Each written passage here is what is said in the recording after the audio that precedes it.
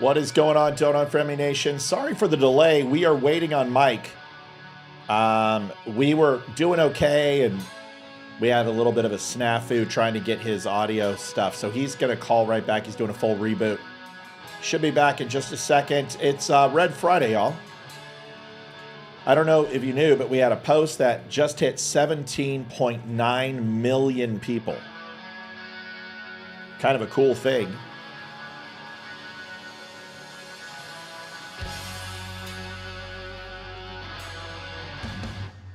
Just sent out the notification on Facebook. Sorry we're a few minutes late. Liv, we've got likes are up. Facebook's been sent out. Anything else I'm missing, sweetie? Nope. All right.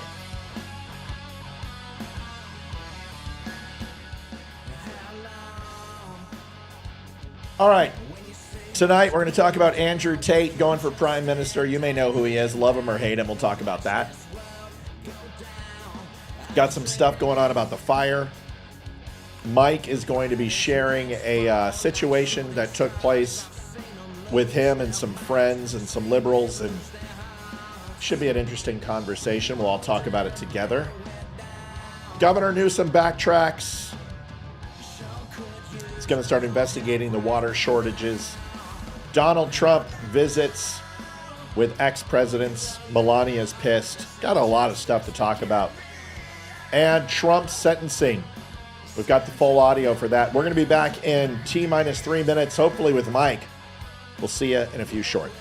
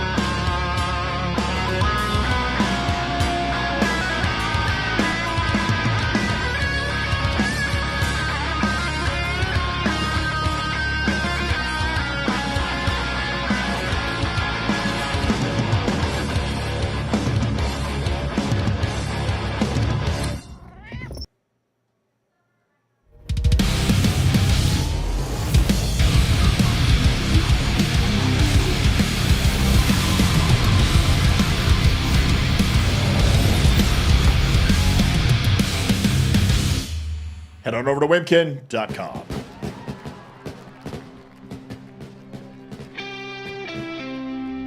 It's Red Friday, RED Friday, which stands for Remember Everyone Deployed.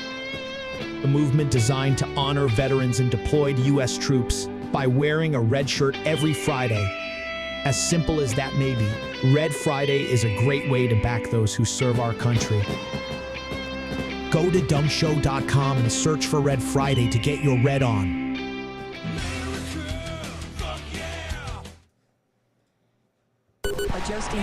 What's up, everybody? It's Ryan Weaver. I am on the Don't Unfriend Me show, otherwise known as The Dumb Show, with host Matt Spear. You guys can find the show at The Dumb Show on social media or thedumbshow.com. Adjusting transmitter output. This is the Don't Unfriend Me Show with your hosts, Matt, Leroy, Amy, and Olivia. Geopolitics, military analysis, and election coverage. Coming to you live on all major social media channels at The Dumb Show. Honest, direct, unfiltered. We can agree, we can disagree. Just don't unfriend me. What is going on, everybody? Mike, can you hear us? I can. Can you hear me? Yeah, we can hear Yes. you now. Good, buddy. Good. Hey, go ahead. Let's do a sound check since we didn't give you a sound check. Give me a test 1, 2. Test 1, 2. That sounds great. Sounds awesome. We're good. All right. Welcome to the Don't Unfriend Me Show, everybody. Sorry, Mike. We were late. Let's get the. Crap. I got to load this. We were a little bit late. We apologize. It's definitely Mike's fault this time. It is. And what's funny is sometimes we just go right to the wire, and that is definitely our fault. So we'll take the ownership. We're going to blame the electric company on this one. We had a power outage. Power outage in the middle of the night. And we have to reset all of our clocks. We have to reset all of the lights. We have to reset all of the cameras, focus them in, get all the software up and running. It's a pain in the ass. And it happened at like 2 a.m. and I forgot about it until the last minute. So we're going to blame. We're going to blame. On for like 4 or 5 times. And then I couldn't sleep. Yeah. Because I'm sitting there like, my coffee's not going to brew for the morning. Ethan's not going to wake up for school. And then I couldn't. Right. And yeah. Nice to have you back, Mike. Good to see you this week. Good to be back. How is everything going? How was your new year? And I think Christmas, too. Did we talk after Christmas? We talked after Christmas, yes. Not since New Year's. New Year's was phenomenal. I did nothing, which made it great. I went to bed at 9:30. I woke back up at midnight, watched the little ball drop, and stayed up till 3 a.m. and then went promptly back to sleep. So it's been very uneventful. And then, as you know, in the past, when Atlanta gets snow, everything shuts down. Well, I took full advantage of 4-wheel drive in my Toyota and just had fun today. So as Tommy Cawthon said, I believe, I was doing donuts, which is why I was late. So my apologies. Outstanding. You were gonna. We'll get right into it tonight, folks. We have a goal. First of all, let's see our social, and our goal is now up. My God, 17.9 million. We just broke 18 million views on one of our posts on Facebook. Mike, do me a favor. Right side light, bring that down to like nothing.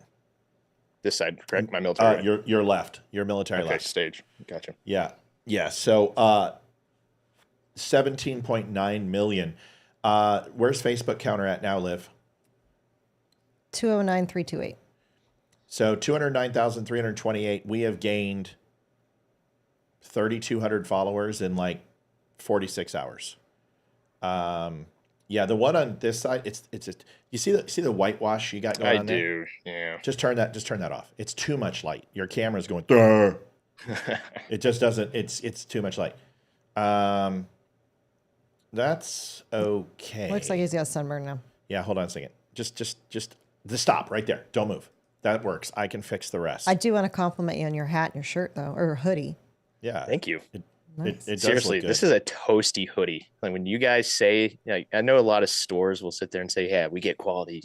No, this is quality. It was a whole lot. It was a whole lot more than what I thought it could handle in the snow, and it's been a solid, humid 30 degrees all day. Not a problem. No windbreaker. Nothing. This is not a sales pitch, guys. Like it's a good hat. It's a good sweatshirt. Yep. Good investment. Our stuff isn't cheap, dude. And the reason why it's not cheap is because it's not cheap, and it's good stuff. All right, so we got a lot to do. Let's do this. Let's just rip the Band-Aid off. You look good, by the way.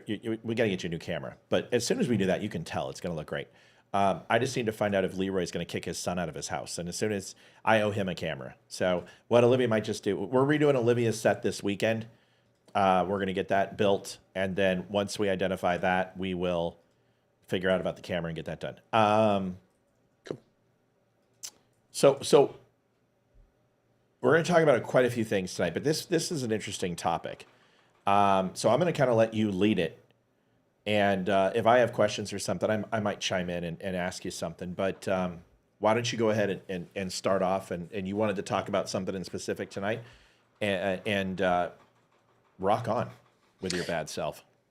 Yeah, let's do it. All right. So for the sake of just, fully transparent to the viewers here, I'm changing names, but the entire situation is real. It did occur last night. It started actually right before the show around 6 p.m. and it ran all the way into about 11:45 at night.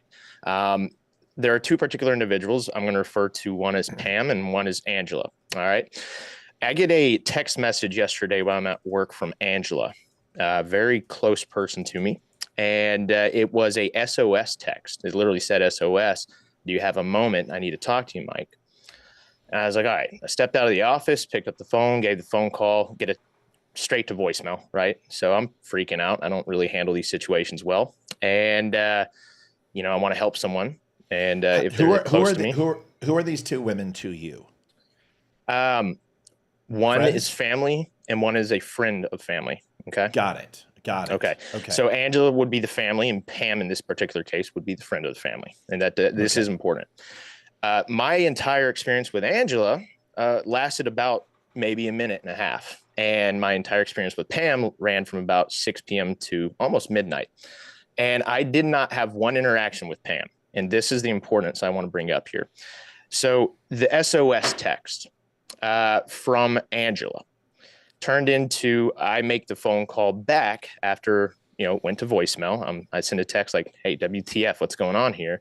Your response from Angela was sketchy situation, give me a minute. So freaking out more so at this point, right? If you can't have a phone call and it's a sketchy situation, I'm only able to work with the information I'm given in the moment, right? So I'm trying to work on this thing that Matt's been coaching me up on called positive intent, because I struggle with thinking the worst scenario possible is occurring immediately. That's where my mind goes. Okay, and, so wait, time out. So let me, we can't just drop a bomb like that. Let me tell you quickly what positive intent is. And okay. Remember, take a breath, slow down. We're having fun. Do me a favor, rotate my camera this way, 1 inch, the whole base, like everything, real quick. Nope, don't pick it up. Put it back where it was and just spin the legs. Stop. Bam. Put your fist out. Bam. Go away. It's an air knuckle, dude. Oh, he's going to do it for real. Get out of here. Okay, so positive intent. Positive intent when providing feedback, having a conversation, waiting for someone is never for you. So what you have to assume that the person who's talking to you is coming from a place of positive intent. It's for the person providing the feedback, because your first reaction is going to be, no, I didn't do that. That's not positive intent either. Positive intent is that this person's coming from a good place. They want to help you. They want to, rip the Band-Aid off or uncover something that you don't know about. But the problem is that if you expect positive intent, you're immediately going to think it's negative coming from them, because it's feedback and nobody likes feedback. So you apply positive intent. The good news is that once you apply positive intent, if it goes negative and it turns bad and you're trying to be positive, it's on them. Got it? Good. Go. Get them. Okay. So this Angela was, I suppose, expecting me to be bringing hatred towards them because they were having a bad day. Okay. Is that why? Why would they expect that? Knowing them so long, it is part of their personality. And it did prove to be true, because I got the phone promptly hung up on me after I tried to say, what's going on? Are they saying liberal? What's going on. Are they liberal? Is that Yes, why? Or is it because you're yes. black? What is it? Liberal. That both Angela and Pam in this case, they are both liberal. I don't know. It does have something to do with this, I do believe. But this situation was what type of liberal? Like, are they batshit crazy, like I paint rocks liberals, or are they just like I like tofu and long walks in the park with my non-binary boyfriend or girlfriend? Probably the last one right there. Okay, the walks and so they're the rainbow flags. They're annoying. They're annoying. They're lovely people, but they can get on my nerves. And they're Angela. annoying. Okay, they're annoying. Got it. Angela annoyed me yesterday, and I learned a lesson in life that I wanted to share here. Angela annoyed me because while I'm trying to help, because I'm being asked by Angela to help, and I have no clue what the hell's going on, I get told that I'm yelling at them when I say, I can't help you if you don't tell me what's going on here. in that tone. It is stern, but it wasn't, I'm yelling. I was told I've been yelling through my parents, that was the message relayed to them. And Pam, Angela's friend, I was not yelling at all. All right. I need to, my audience is completely lost. So this is where I Yes. come in and try to help them. Okay. Why did this conversation begin? I have Stop. Forget the names. Forget trying to, let's get to the point. You're sitting there, you're doing nothing, and the phone rings? Yes. It was a text first, and then I promptly call. Okay. I can't just pull this stuff out of you, bro. You're like my kid. Yeah. So you get a text. What does the read us the text? What does the text say? Okay. I'll pull it up for you right about now. Yeah. We're going to uncover what's going on. I'm going to give it to you straight, so I might as well, be accurate. Yeah. Go ahead. Here it is. Okay. I need your help. This is an SOS. Okay. So who sent this? Is this your relative or the friend? This is the relative. Okay. So relative, how many times in the last 5 years has that SOS been delivered to you before? 5, maybe. So a lot. Once a year. That's a lot. Okay. To me, like SOS, I'm pulling I'm pulling the alarm and I'm breaking glass. That's a lot. But fine, 5. Okay. So in all 5 of these instances, was it truly an SOS? One of them was, but the other 4, the last 4, most recent 4, no, they were not. Okay, so credibility is already lacking for your sense of urgency. Okay, but you're going to do it anyway. Why? Because I love this person. Okay, great. So love is in the air because it's family. So you have to make the call. So you go ahead and you make the call and you say what? I do. Now, this person, they're frantic. They had to Did go you to send their a text car. back or did you call? Did you send a text or call? I called first. I got the voicemail, and then I texted, call me, because I got no response. Got it. Sorry, give me 5, situation sketchy was the response. Okay. And then they called me, and they can't hear me all of a sudden because they're frantically moving stuff around in their car, but they had to get out of the home to go to the car to have this phone call. Why do you have to do that? Wait. How do you know that? Because they're telling me this while they're trying to troubleshoot why they can't hear me in the first opening of the conversation. This is a very similar experience that I have with my wife all the time. You know the answers to things that we don't, and if you don't fill us in, we're going to get confused. I see. So, Fair. So what you need to do? I'm going to hit the bullet points here then. No. We're doing it. Just let me walk you through this. I can pull this out of you. Okay. So they're telling you what? I'm unloading my house. There's a fire. Man chasing me with a knife. Oh my God! I saw a pixie go around the corner and melted into a rainbow. I think there's a pot of gold. What happened? 2 things were told to me. The first thing was, I can't hear you because my Bluetooth. Oh my God, this set, effing sucks. I'm going to call you back. Click. Calls me back. Fixes the problem. Second thing, I say, can you calm down? Because the opening of the conversation is, I didn't say it like that. Let me retrace this here. Okay. The opening when they called back was, I figured this shit out, and now I can hear you. Oh my gosh, I just can't believe all this. And I said, calm down, relax.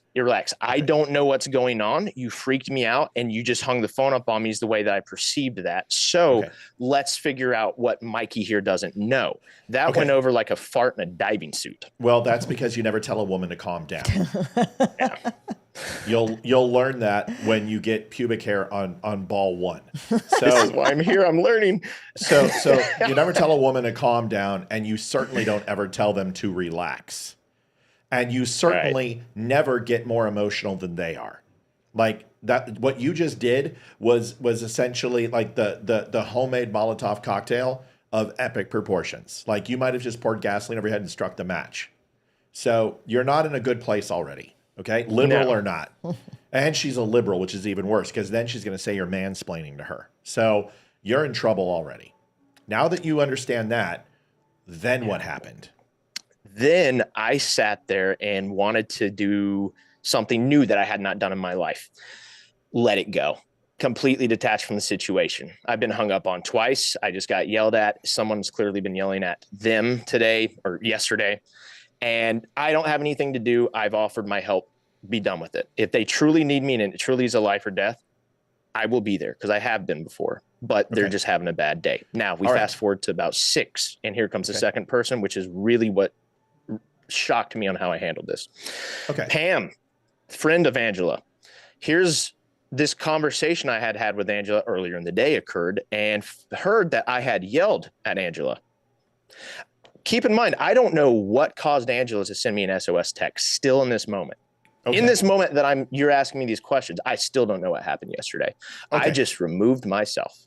Okay, so now, so you hold on. Some people are saying this is high school drama. It's not high school drama. This is going to prove a point. We're just got to get to the point. So this is one of those where just imagine a caller is calling in and needs to be talked off a cliff. We've done it a million times on this show. It just happens to be Mike. Okay, so let's everybody be patient. Invoke your ears. It's Friday. We are in overtime already. We know we're going to go into overtime tonight. So just relax. You're going to get your damn show. Okay. So calm down with the vein. We are going to shoot you up aplenty. Jeez Louise, Mary's hair. I just got to look at, this longer. Yeah. Just stare at Olivia like, okay, Mike, please stare at Olivia. Yeah. So Mike, hitting on my wife is going to be strike 5. I was saying stare at her. It's the way you said I am struggling getting through the story. You said it. Okay. So at this point, Angela calls, which is the spouse, the lover, the significant other of the loved one. Is that correct? Angela was first. Pam is the friend of Angela. Whatever. Pam calls. I can care less. Okay. So Pangela, at this point, one of them is chewing you out. Why? Well, I didn't take the phone call. I let it go straight to voicemail. And then that turned into about 26 text messages of where I was being coached about why I was a bad person, doing the mansplaining thing. Why would I yell? Why would I put myself on a pedestal and not care for somebody? Right. And this is an already lovely, but unfortunately unstable, I believe, is a form of psychosis is going on with this individual. Okay. And I was like, okay, if I don't respond at all in text, then let's see what happens. I've never tried that approach. You can do one of two things. And this is what I want to bring to people. You can block somebody. On iPhones, if you know what that looks like, if you've been blocked, your text messages go to green. That is going to add fuel to the fire. I did not want to block. I just simply put the notifications for this person off. And I kept getting text messages. And oh my God, it was starting to make me feel bad. And you know what I started to do? Delete the entire chat. I didn't want it to stew in my soul because I knew that person is in such a miserable spot that they didn't even wake up. Both of these individuals did not even wake up. They made a pact not to go to work the day after Donald Trump got elected, and they stayed in bed. Okay. All right. These are individuals we're dealing with here. Okay. You are running at 175 miles an hour and you are still on chick time. I need you to come back to man time. Can you come back to man? That is a dangerous place to be. Woman time is a whole other time zone that you don't want to be in. So let's go to the man zone. Come back to man zone. Slow down. And how do I want to say it? Let's do this. You are inundated with liberals in your life, and your liberal kung fu is shit. That's what this comes down to. I don't even need to explore anymore. Liberal kung fu. Let me explain something. You got to be doing. Remember when Neo, just when he finally figured it out and he's blocking all the punches and he's looking around and he's looking at the code and like cleaning his nails and all of a sudden he's beating Mr. Smith to a punch? That's my kung fu. Liberals are easy. Here's the thing. You don't engage with them. That's the number one rule. The moment that they go all libtard, just, hey, I got to go. I got something on the stove is burning. I got to wash my hair. Whatever. Just get off the phone call. You stayed on for 6 hours, Mike. I don't even need to hear the rest of the conversation and tell you what you did wrong. I did not. That's what I wanted to bring here. You said I'm telling you the time frame because. Oh. No, I'm telling you the time frame because this is how crazy this person was. They kept trying to get my attention. And I kept saying no without saying no. I was just quiet. There was not a single answer. So what happened? What happened after? I mean, they brought my family into it and put a group text out about how shitty of an individual I was and my family was. None of us know what the hell is going on. And I wanted to share that fact of what did your mom misery and dad loves say? company. Misery loves company. I actually texted my mom and I said, don't respond. That's what I'm doing. They're miserable. They're in a state of a cult mindset to where nothing Can you we say add is me going to to the help. chat the next time this happens? I actually thought about calling you because I don't know what I was thinking. I literally was, something inside me said, Mike, stay the hell out of it. Stay the hell out of it. And it made that situation actually kind of be enjoyable. Because Okay. I didn't read the text messages. They're deleted. I don't have to stew on it. I don't have to carry it with me today, because that is a major character flaw I have is I've said this before. I like people to like me. And I like to like them. Right. Okay. And I did not feel like I was being liked. So my Wrong goal is was misery. Wrong. What?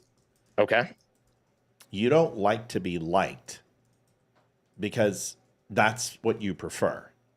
What you don't like is to hear something that makes you uncomfortable, that makes you think someone thinks less of you, and you're a pleaser. So on Myers-Briggs, you're a pleaser. You want to please people. And I will tell you, from an anatomical position, a metaphysical, metaphorical, psychological, women cannot be pleased sometimes. There's nothing you can do. You can pet that kitten all day long and it's not going to purr. And I'm just letting you know. There are times where you can never please a woman. And when those times happen, you need to know, pop smoke, and go dark. The problem is you can't do that, Mike. I did it yesterday, which is what I wanted to share, which is mainly the point. So thank you for bringing me to the point. I did it. Yes. When did you do it? The entire day, still to today. I just have not responded. I haven't looked at it. It has not made my day 1 second worse. And I wanted to share that with people because that, you get me. That is so hard for me to do because I do want to please people. And I didn't know an answer. And I was like, I'm not going to waste the mental acuity on this one to try to find one. I'm just going to walk out, pop the smoke. You were saying it in like every one of your shows to where it's ingrained in my mind now. It's get out. Okay. Get out. So now that we've done that, now that you've done that. Mm-hmm. Okay. So here, you want me to solve this? You want me to, can we solve this now? So we can do the show? Do it. Okay. Yeah. Let's solve it right now. Just answer honestly, because this person's watching. I'm just telling you, they're watching. If they're that much of a nutcase, they're watching the show. Okay? So let's talk to them, and I will vicariously through you talk to them. And so they can apply this to themselves too.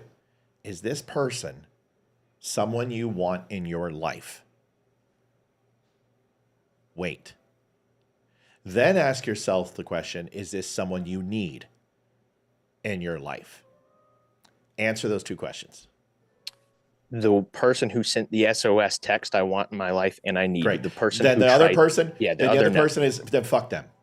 So I don't want to ever hear their name again, and I never want you to interact with them, because anything that it's going to do is just going to create more misery between the person you're trying to create a relationship with, because that's what that person's design is to do, is to sabotage your relationship. So now you know, fuck them, get them out of your life. Don't ever talk to them again. If they send you a text, just delete, block, do whatever, don't care, fuck them. Now we're talking about your sister. Do you need her in your life? Absolutely. Okay.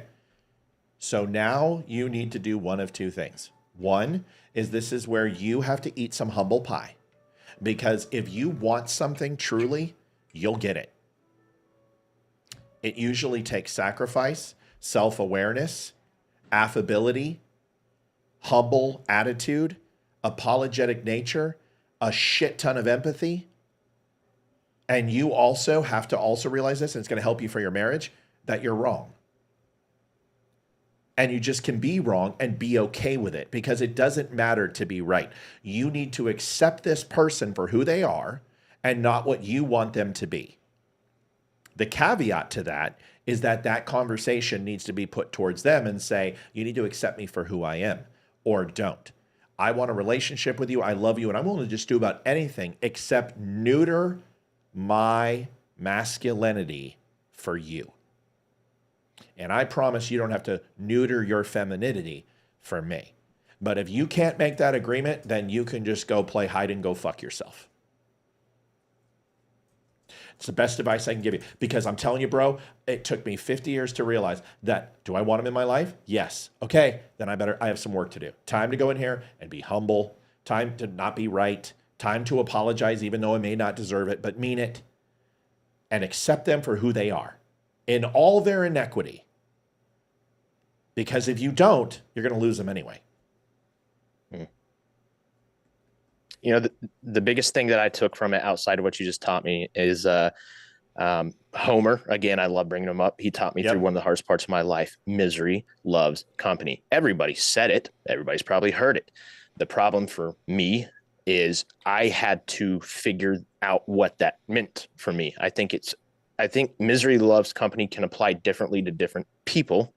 There's not a broad brush I can paint with it, but I was so miserable that I was trying to find other miserable people and figure out what made them miserable, because maybe in my messed up mind, whatever made them miserable, I could help them with, which would help me help myself and get myself out of that. That did not work. What did work was surrounding myself with people I looked up to and mentors. And the majority of the ones were not my family members, because it's really hard to listen to your family sometimes. So that was my message. Sorry, I know it took me I had to go around my ass to get to my elbow here, but that's the point. Just remember this. I told you this when we were on the phone. What's the problem? Me. Do you remember? You. You're the problem. So solve the problem. The only way you can solve problems with yourself is to find an outside influence that will help you decode that enigma wrapped up in a riddle, wrapped up into a machine that is just a puzzle. Because the problem with people who suffer from, I don't know, just social anxiety or frustrations or anger management or the ability to not displease people, which is a condition. It's a state of mind that needs to be ratified and fixed. And I don't say rectified, I said ratified, which needs to be looked at, needs to be very specifically written out in your mind, and then signed, dotted, and made to law with how you are going to interact with people. But the problem is, it sounds like your sister's got some issue. It sounds like you got some issue, and you guys don't know how to talk to each other. And I'll tell you this. I popped smoke on my sister when she tried to steal my kids and send me to jail. So I know how to walk away from family.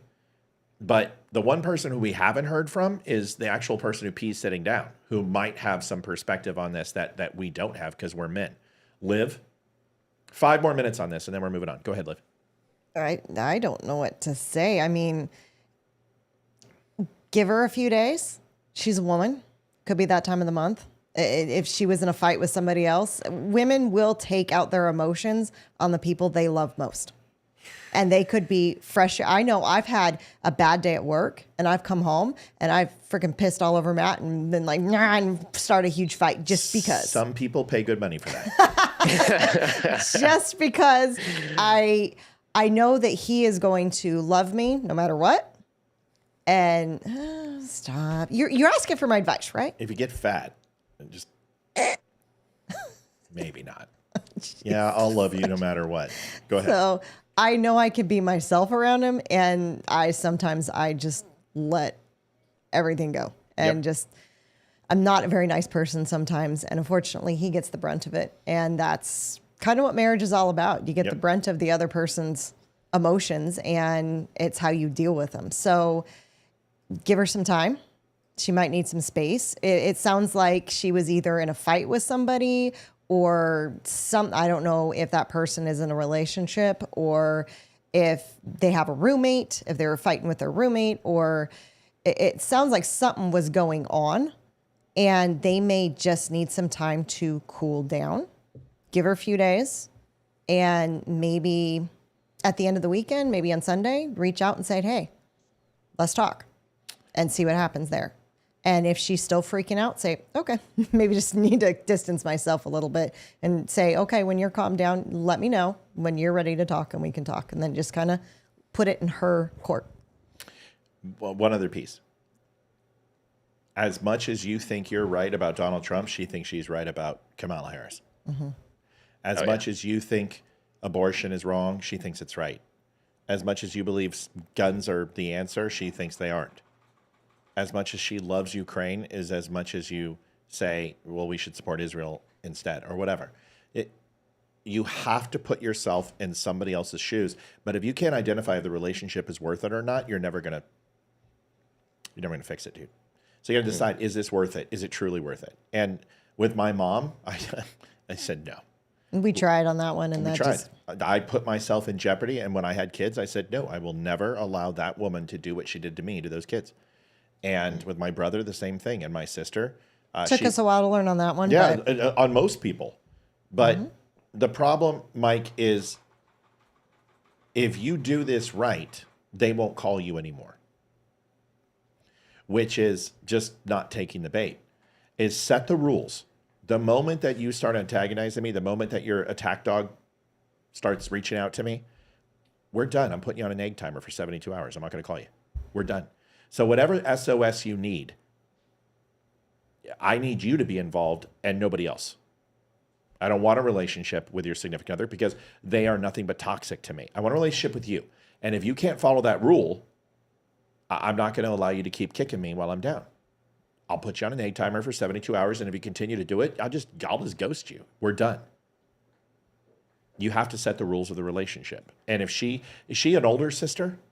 Yes. Yeah, you're fucked. You're fucked. You're fucked.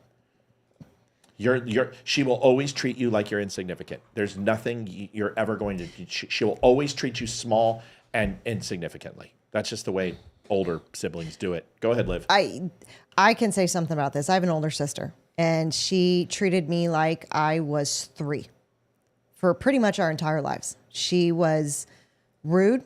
She was snarky. She demanded me to do things.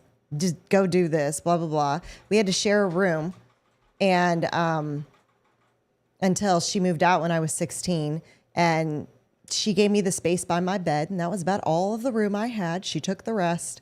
And when she left, when she moved in with my dad and left us, I was like, it's my room. She came back the following summer, and I said, nope, you get to sleep on the couch. And she didn't like that, and she just distanced herself from me from that point. We were in each other's lives, and she would come to me for advice and blah, blah, blah, blah, blah. Well, my mom had a surgery, and she was coming out to help with my mom's surgery. I was with my mom for the first 3 days, and then she came out. And as soon as I picked her up from the airport, it was like, do this. And I stood up. I freaked out on her. I mean, I was yelling at her. I called her a bunch of names. I said, I'm not 3. Leave me alone. Do not tell me what to do. You will never tell me what to do ever again. And she distanced herself from me again until I had kids. And then she wanted to be a part of their life. And then she would call and say, hey, how's it going? Wondering what's, but I wanted to tell you this. And she only wanted to call me to tell me about her life. So I distanced myself again. And she now respects me because she has kids, and she realized having kids is hard, and she calls me for advice. And she takes my advice over my mom's advice, which is weird, but that's the way older siblings are. And I don't know if my sister, I know she loves me. I don't know if she respects me, though. No, she never will. So, and that, unfortunately, if you guys didn't have a really, really close relationship when you were younger, which we did not, we were very competitive. And she did tell me I think I was pregnant with Ethan. We had a very deep heart to heart. And she came out and told me that for our entire childhood, she was jealous of me because I was skinnier. She thought I was prettier. I had all the boyfriends, and I was the jock. And she was the complete opposite of me. She got this. And she was jealous of me, so she treated me horribly because of it. All right. This isn't fucking Oprah, okay? No, I know that. Michael Lynch says Matt needs a cat. I do. They're in the center picture. I have 2 of them. I guess that was Dad. Thanks, Yeah, Dog. he likes the coffee, though. He said he loves the coffee. I got 2. Good. And I treat them very differently. I'll just tell you that. I pet them both, but one has very, very intentional after byproduct that I'm looking for. Oh my God, Matthew. This is a family show. Seriously.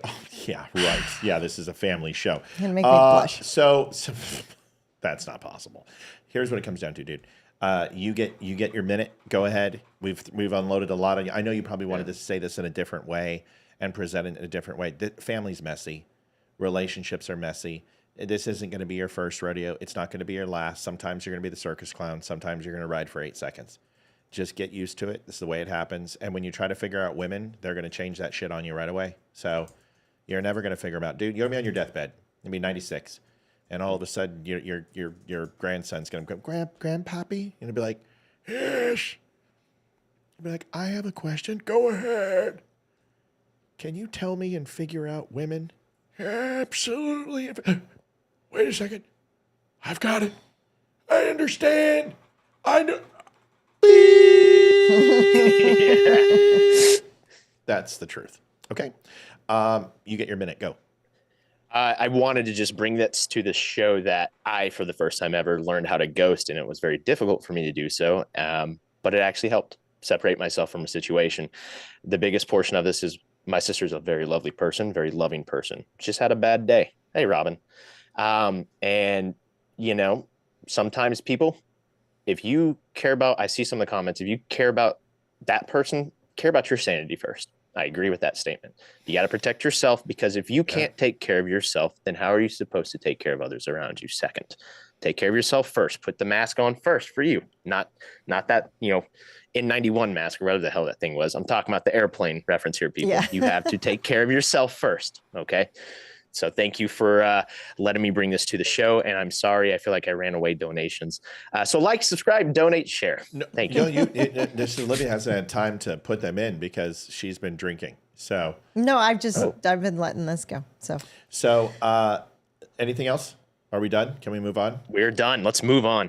Let's have a good show. The moral of the story is this: don't talk to liberals. I hate to say it, but you're absolutely correct. I can't. This has been 2 weeks, Matt, of just bullshit, plain and simple bullshit. Yeah, I know. You called me and we talked about it for 2.5 hours. Yeah, I'm aware. Yeah, that was I'm a fun aware. Monday. Do you understand how much time that is for me to give any? I mean, I felt like I should have billed you. Bobby, thank you. For 2.5 hours, I was just kind of like, holy shit. I'm like, dude, I don't even talk to my wife this much. Bobby, thank you so much. We love you. We appreciate it. Mike, you're a good dude. You just hang in there. And sometimes our best shows are just improv and talking about personal stuff. Yeah. To be completely honest. That's right. Except we're not doing that anymore because that shit was boring. So moving so let's move it on.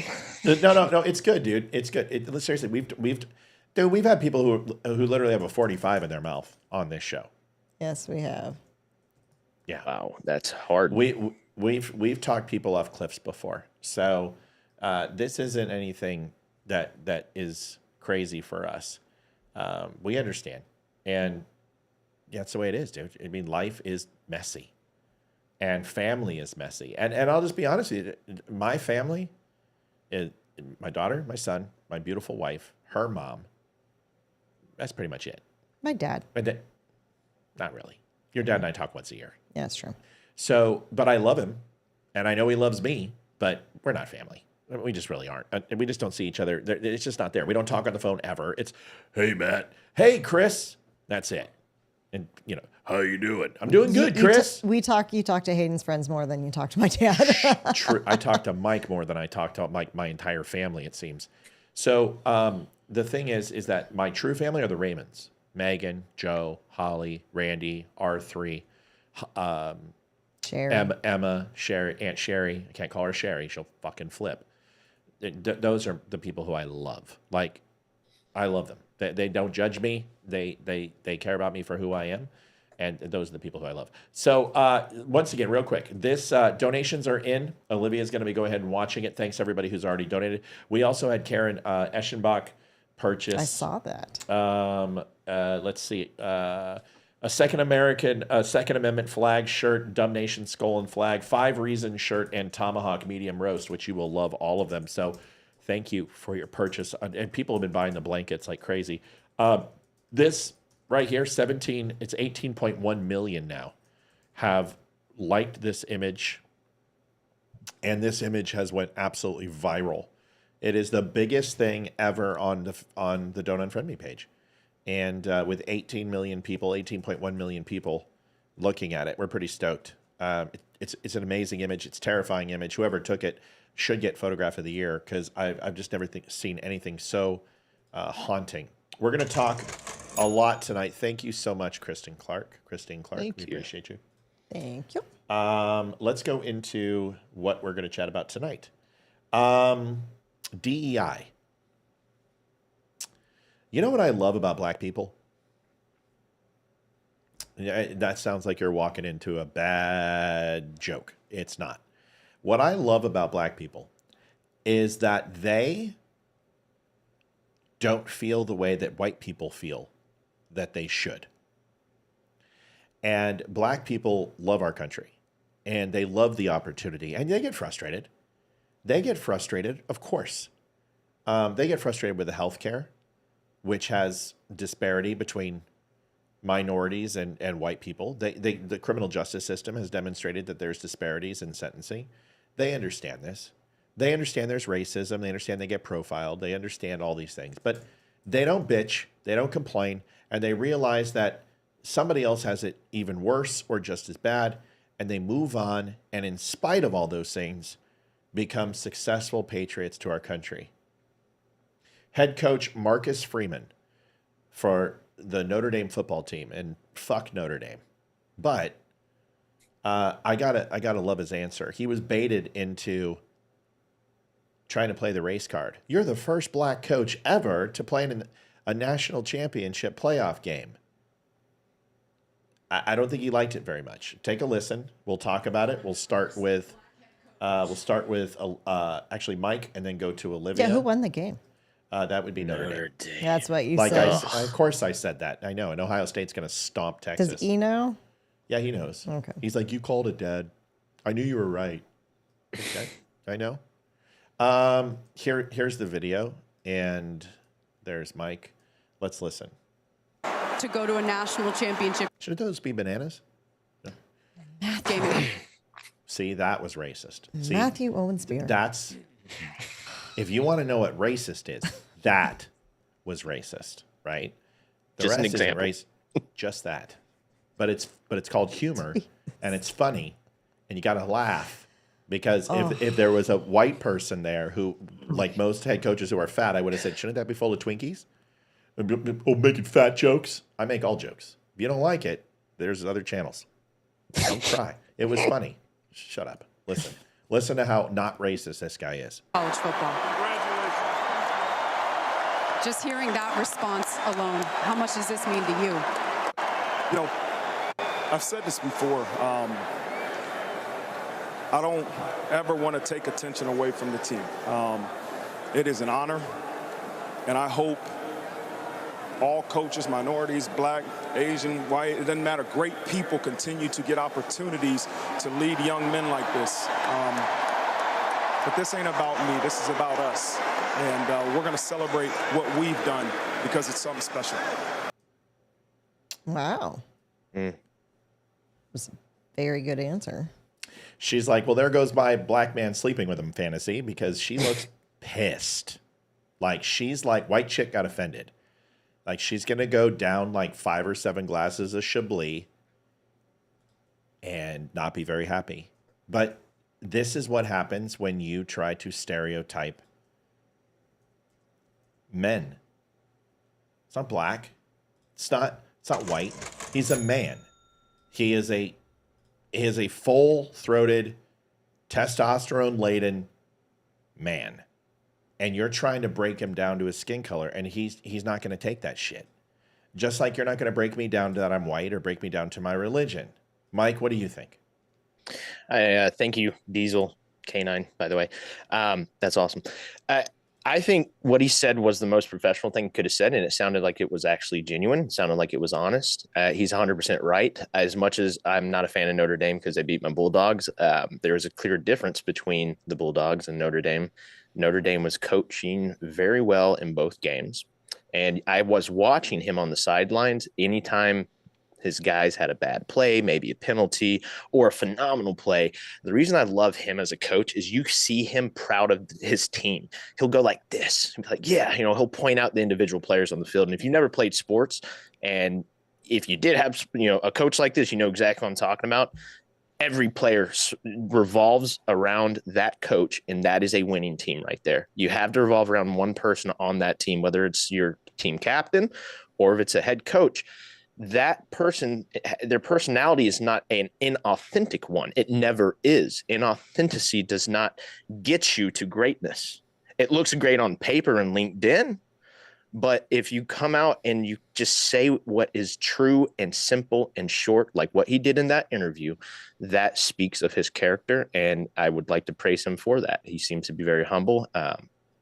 Let's see what happens if he goes all the way. I think they can do it. I don't want them to, though. I'm going to be honest. No, they're going to get raffle stomped by Ohio State. Texas may pull it out, but Texas is overrated.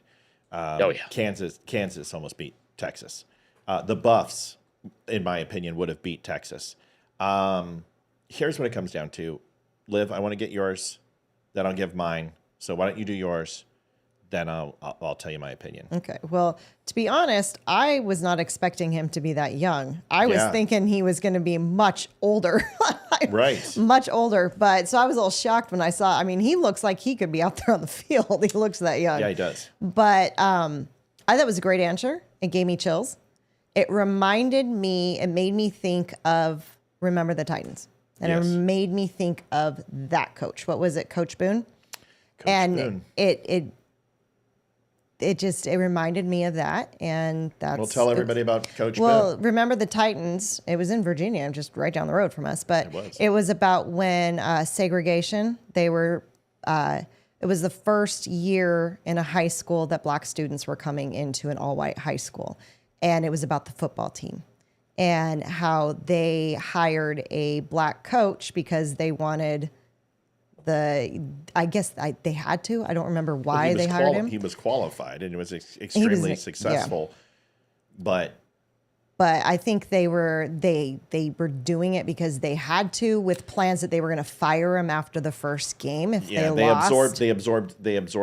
The district absorbed multiple schools, and because he was a coach, he had to take over a coach that was a Hall of Fame style coach, happened to be white, and they made a decision to create diversity. And in that time period, it was actually a good thing, but it sucks that somebody has to lose their job for another guy to fill a quota. But that's where it kind of started. But yeah. So, and it was just, the white kids hating the black kids hating the white kids. There was a lot of headbutting on the team, and he was able to bring the team together, and they were like family at the end of the season.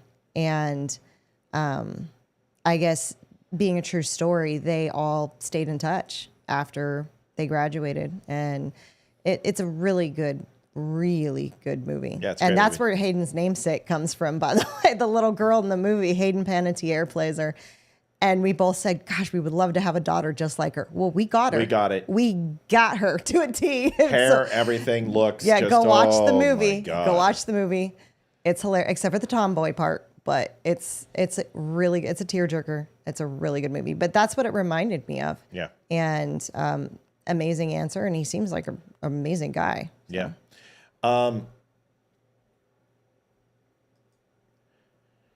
There's plenty of people who can inspire people through humility. And then you can also be shocking and still inspire people.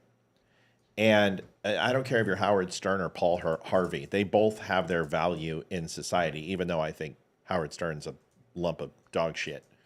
They both have value in society. And when you try to... Listen, this guy just won the national championship bid and took a Notre Dame school, honestly, which wasn't really expected to go where they are. A once great... Like the Colorado Buffaloes, both teams overperformed. It's funny, they played in a national championship in 1999 or 2000. No, 1990, 91. And now it's taken him this long. It's supposed to be $50. I don't know what happened. Well, just put it back in.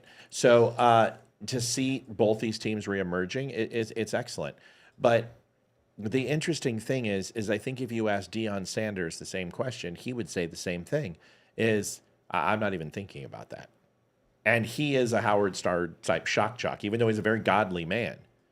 He would be like, that has nothing to do with it. Thank you, Cheryl. Thank you. Sorry for the issue. And I think it's very important to have humility, but then I think it's also important to say it directly so people don't ask again. Here is an example of Andrew Tate, someone who Andrew Tate is an intelligent human being. He's strong.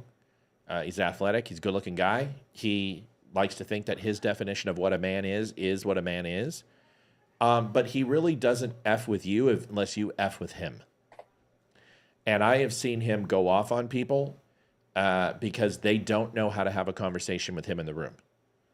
And if you don't want to get stung, don't start slapping nests. It's pretty simple. And a lot of people screw with Tate, and they don't understand that this guy's good at what he does.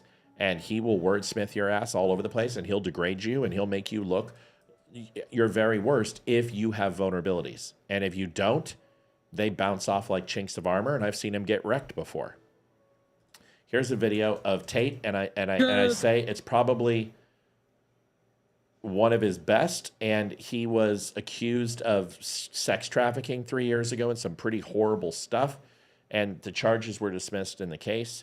It's amazing that him and Trump's were both today. We'll go over Trump's too, but here is the video of how to talk to the press after being exonerated. Here it is. Something? Huh? Hi, guys.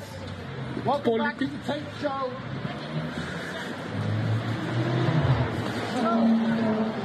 I wonder if you media ever feel insignificant standing out here wasting your time, considering that we are the media now, and X is the media now, and Elon rules the world. Nobody cares what anything is put on these channels. I don't know if anyone even watches them. I don't know who pays for this. You guys are all here. You got to feed your families. You're going home. You got to pay the heating bill. Nobody gives a shit what any of you guys post at all, because all you've ever done since the beginning of our case, in fact, since the beginning of way back from before COVID, is lie, lie, lie, lie, lie. All you do is lie. Everyone knows you're liars. Nobody cares anything. If he interrupts me again, my exclusive interview with all of you is over. Okay. This young little man might ruin it for everybody. I'm not going to do that. It's okay. So, nobody gives a shit what the mainstream media says. We are the media now. We've taken control back. Donald Trump is going to annex Greenland and take Canada and take Mexico, take all of it. The American empire is back. We're done with this crap. Elon owns X. I get to tell the truth. All of your lies are being exposed. And I cannot wait for the disinfectant of sunlight to come down and exonerate my brother and I, because we have done nothing wrong since the beginning of this. And the media has done nothing but accuse us of being human traffickers over and over and over again, trying to damage our name knowing we're innocent. And here we are 3 years later with the case completely thrown out. Whole thing was bullshit from the beginning. In fact, I think the media owes me an apology. Does anyone here who has a good heart, who's done nothing but slander us from 3 years, feel like they should say the word sorry? Anybody? One guy's nodding his head. You're a good man, sir. You're a good man. We'll find out his name. I accept your apology. We're going to send you a Christmas present. Choose a car. Thank you. Andrew, do you think that's the future? From now on, I prefer you referred to me as Mr. Future Prime Minister. Will. Thank you. From UAK? He's running for supposedly Prime Minister. There are ways to communicate, and both are quite effective. The question is are you going to enter the arena with him and try to argue that?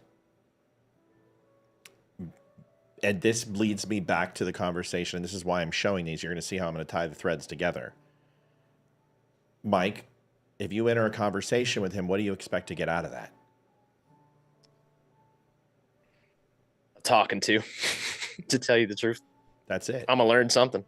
You're not going to teach him a gosh darn thing, because he's not there to talk to you, and he doesn't care what you have to say because he knows it all. at least in his eyes. So if I was ever to have a conversation with Tate, I would say, you want to have a conversation with me? Let's go ahead and set some parameters. What do you want to take away from this conversation? And if he can't give me an answer, then we're not going to have it. I'm just going to go ahead and enjoy watching what he does and laughing, because that's all I'm going to get out of a conversation with him. It's surface level. And it's not that I'm talking bad about him. It's just I've seen him at his best, and it's great. But if you don't walk into the room with those conditions already met and he doesn't have respect for you, you're going to get eaten alive. My point is this, man. You need to find a balance between Tate and the head coach of Notre Dame. And right now you got a lot of Notre Dame in you. And that's good. But you're not vying for a national championship. You kind of haven't made that. You haven't established who you are. So my recommendation is, instead of trying to please everyone else, love yourself, get yourself where you want to be, and then you can start making the impacts and change that you want in other people's lives. Otherwise, you're just setting expectations for yourself that you won't reach. That is why I showed those 2 videos in response to what you said. I like Tate. I think he reminds me, I had to understand him. He's a Nick Fuentes type figure. He says a lot of shit where you're like, whoa, but you got to understand where he's coming from. He just doesn't care. Liv, your thoughts on that? To be honest, I don't even know who he is. He would probably, you know what he would say? That's good, bitch, because I don't know who you are either. He probably would say that, actually. That's exactly what, and you'd be like, what the? I just don't know who you are, you know. And then he's, oh yeah, you're gonna fucking cry now, and you're like, you're done. That's what he does. That's exactly what he does. He just wants to get you to say something, and then he'll prey on it. And people like that, you don't need them in your life. You can watch them, and like, for instance, Dave Chappelle. Would you ever want to get into an argument about insults with Dave Chappelle? Can you imagine how bad that would go for you? Well, then why are people doing it with Tate? Because he is an expert at it. Who is he anyway? He's an influencer. He's a rich guy. He's made some strong investments, and he's all over the airwaves, and he's not afraid to talk to anybody, and he's kind of platform people. He has his own podcast, and he's Hugh Hefner with attitude. You take Hugh Hefner and Gene Simmons and put them together, and he would be pissed at that because Gene's a Jew. But you would get Andrew Tate. Where does he live? Where is he running? He lives overseas now. Romania. I don't know a lot. I don't know a shit ton about him. I don't. I've just watched some of his videos. In fact, I don't care enough to find out. He's not someone I emulate. I just want to show you that there's multiple ways to communicate with people. One of them was allowing the press to kind of run the conversation and then say something, and then you react to it in an amicable way, which makes you look like a balanced and emotionally stable person. And then you have another guy who literally walks out like he's James Brown and owns the media and talks to them like they are literally peons. And there's many ways to interact with people. You just have to decide, is that a person you want to truly interact with? I know he's done some fighting and stuff like that, and he's just, that's it. That's who he is. Thank you, Dr. Michael Lynch. He said, better than any licensed counselor. Well, thanks. Truly. Ron DeSantis. This is the last example. Now, this is completely different than Tate. This is a person who is going to stick to absolute facts. Very little emotion. And this is another good example of having an argument, having a conversation. And if you noticed, all 3 of them are with the media. It's almost like I set these things up, Mike. When it shocked me, you did. Here is Ron DeSantis and how he addresses the press. And let's see if you guys can think about this. Give me examples of like what you think all 3 against each other and who you would love to have a conversation with. Is that fair? Fair. Yes. Okay, here it is. Not because for the president-elect or a president to be Is it criticizing. appropriate for people in your industry to try to create division and to try to create narratives anytime these things happen? Now, you're not as interested in doing that because Newsome is a D. If Newsome was a Republican, you guys would go you would have him nailed to the wall for what they're doing over there. And I know we've dealt with it. We just assume in Florida, anytime something happens, it's going to be politicized by the media. So you guys sitting in judgment of Donald Trump, I mean, excuse me, I think your track record of politicizing these things is very, very bad. Okay, last question. Newsome should resign and that the wildfires are all his fault. So do you agree with those comments? I remember when we had the Surfside Tower collapse, I had people from the Washington Post trying to blame me for it immediately without having any facts or anything. Oh, he didn't declare a state of emergency. First of all, state of emergency doesn't mean you can't Biden respond. Didn't, it's all that. Excuse me? Biden didn't. I think that's what you said. Well, but what I'm telling you is you guys are trying to make an issue of it when I have watched from this seat. In fact, when I got elected governor, I was meeting with some of the other Republican governors, and what they would say is, hey, if you have a natural disaster, just know media's coming at you, they're going to do it. It's not the same. That mayor of L.A., if that were a Republican mayor, I could only imagine what that would do. I mean, you know the fires are at high risk, and you try to go to Africa or wherever she was to go on some type of voyage. You should have been there preparing and doing that, and yet I don't see a lot of heat being directed in that thing. And so, you know, I'd like to see some balance on how this is done. You could criticize the president-elect, but I think you also have to hold these other people accountable, and I have not seen that. Three very different styles, all talking to the shitbag media. Liv, your thoughts. Who do you want to talk to? I'd rather talk to the football coach. Mm-hmm. He just seems like he's just kind of a cool guy. You know, it'd be fun to like hang out with and grab a beer with or something like that. The Tate guy is way too strung up. He just way too high strung. Are you more worried about him or you? How you would react in that conversation, or how he would act? You know what? Be honest. Be honest. Okay. I've lived with you for 26 years. And I'm mastering how to handle you.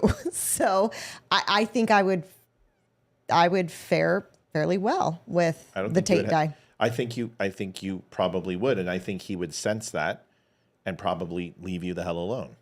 So as far as DeSantis, I have the utmost respect for him. He's a great governor, and if he ever becomes president, he's going to be a good president too. But I do like how he handled the media. He wasn't disrespectful, but she sure put him in their place, which I really like. Anyone intimidates you out of those three where you don't want to talk to him because of your inability? No. Okay.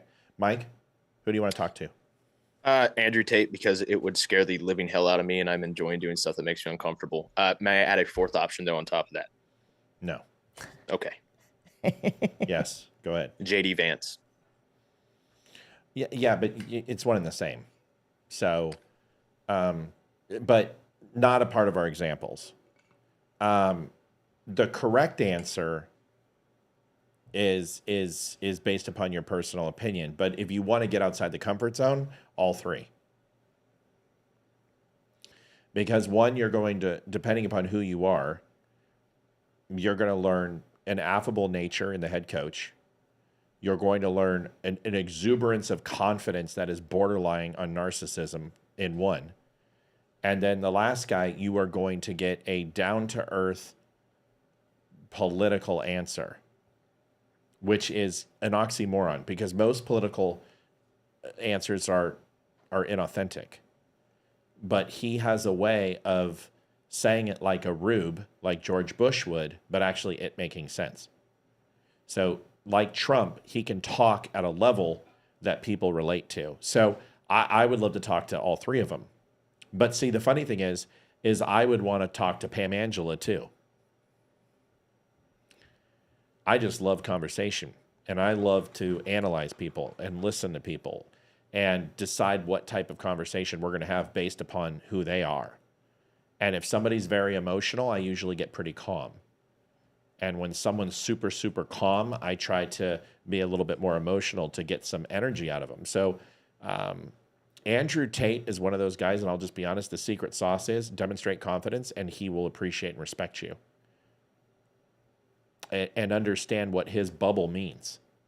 Don't try to pop it, right? Don't get into his playground and try to challenge him and do territorial pissings, because he's a bulldog and you'll get bit.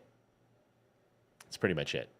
It's an interesting thing. Interesting little I don't know, just scenario based, who would you want to talk to? Who would you want to talk to? All three. See, I would love to do all three. But that's just who I am. I don't shy away from a tough conversation.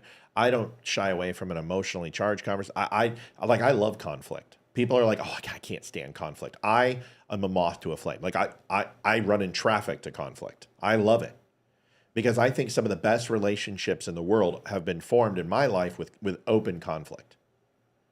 And the ones that I needed to cauterize and remove from my life were the ones that were bred in conflict.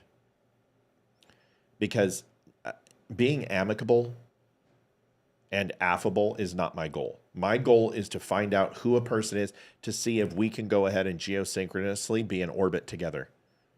Otherwise, get out of my airspace. That's really what I want to accomplish, is to identify if somebody can work in the same airspace with me without creating friction and ultimately bumping me off course. Let me ask you something on that. And that's myself too, because I could be that force bumping into somebody else, and I can be screwing up their orbit. That's not what I want to do. Go ahead, Mike.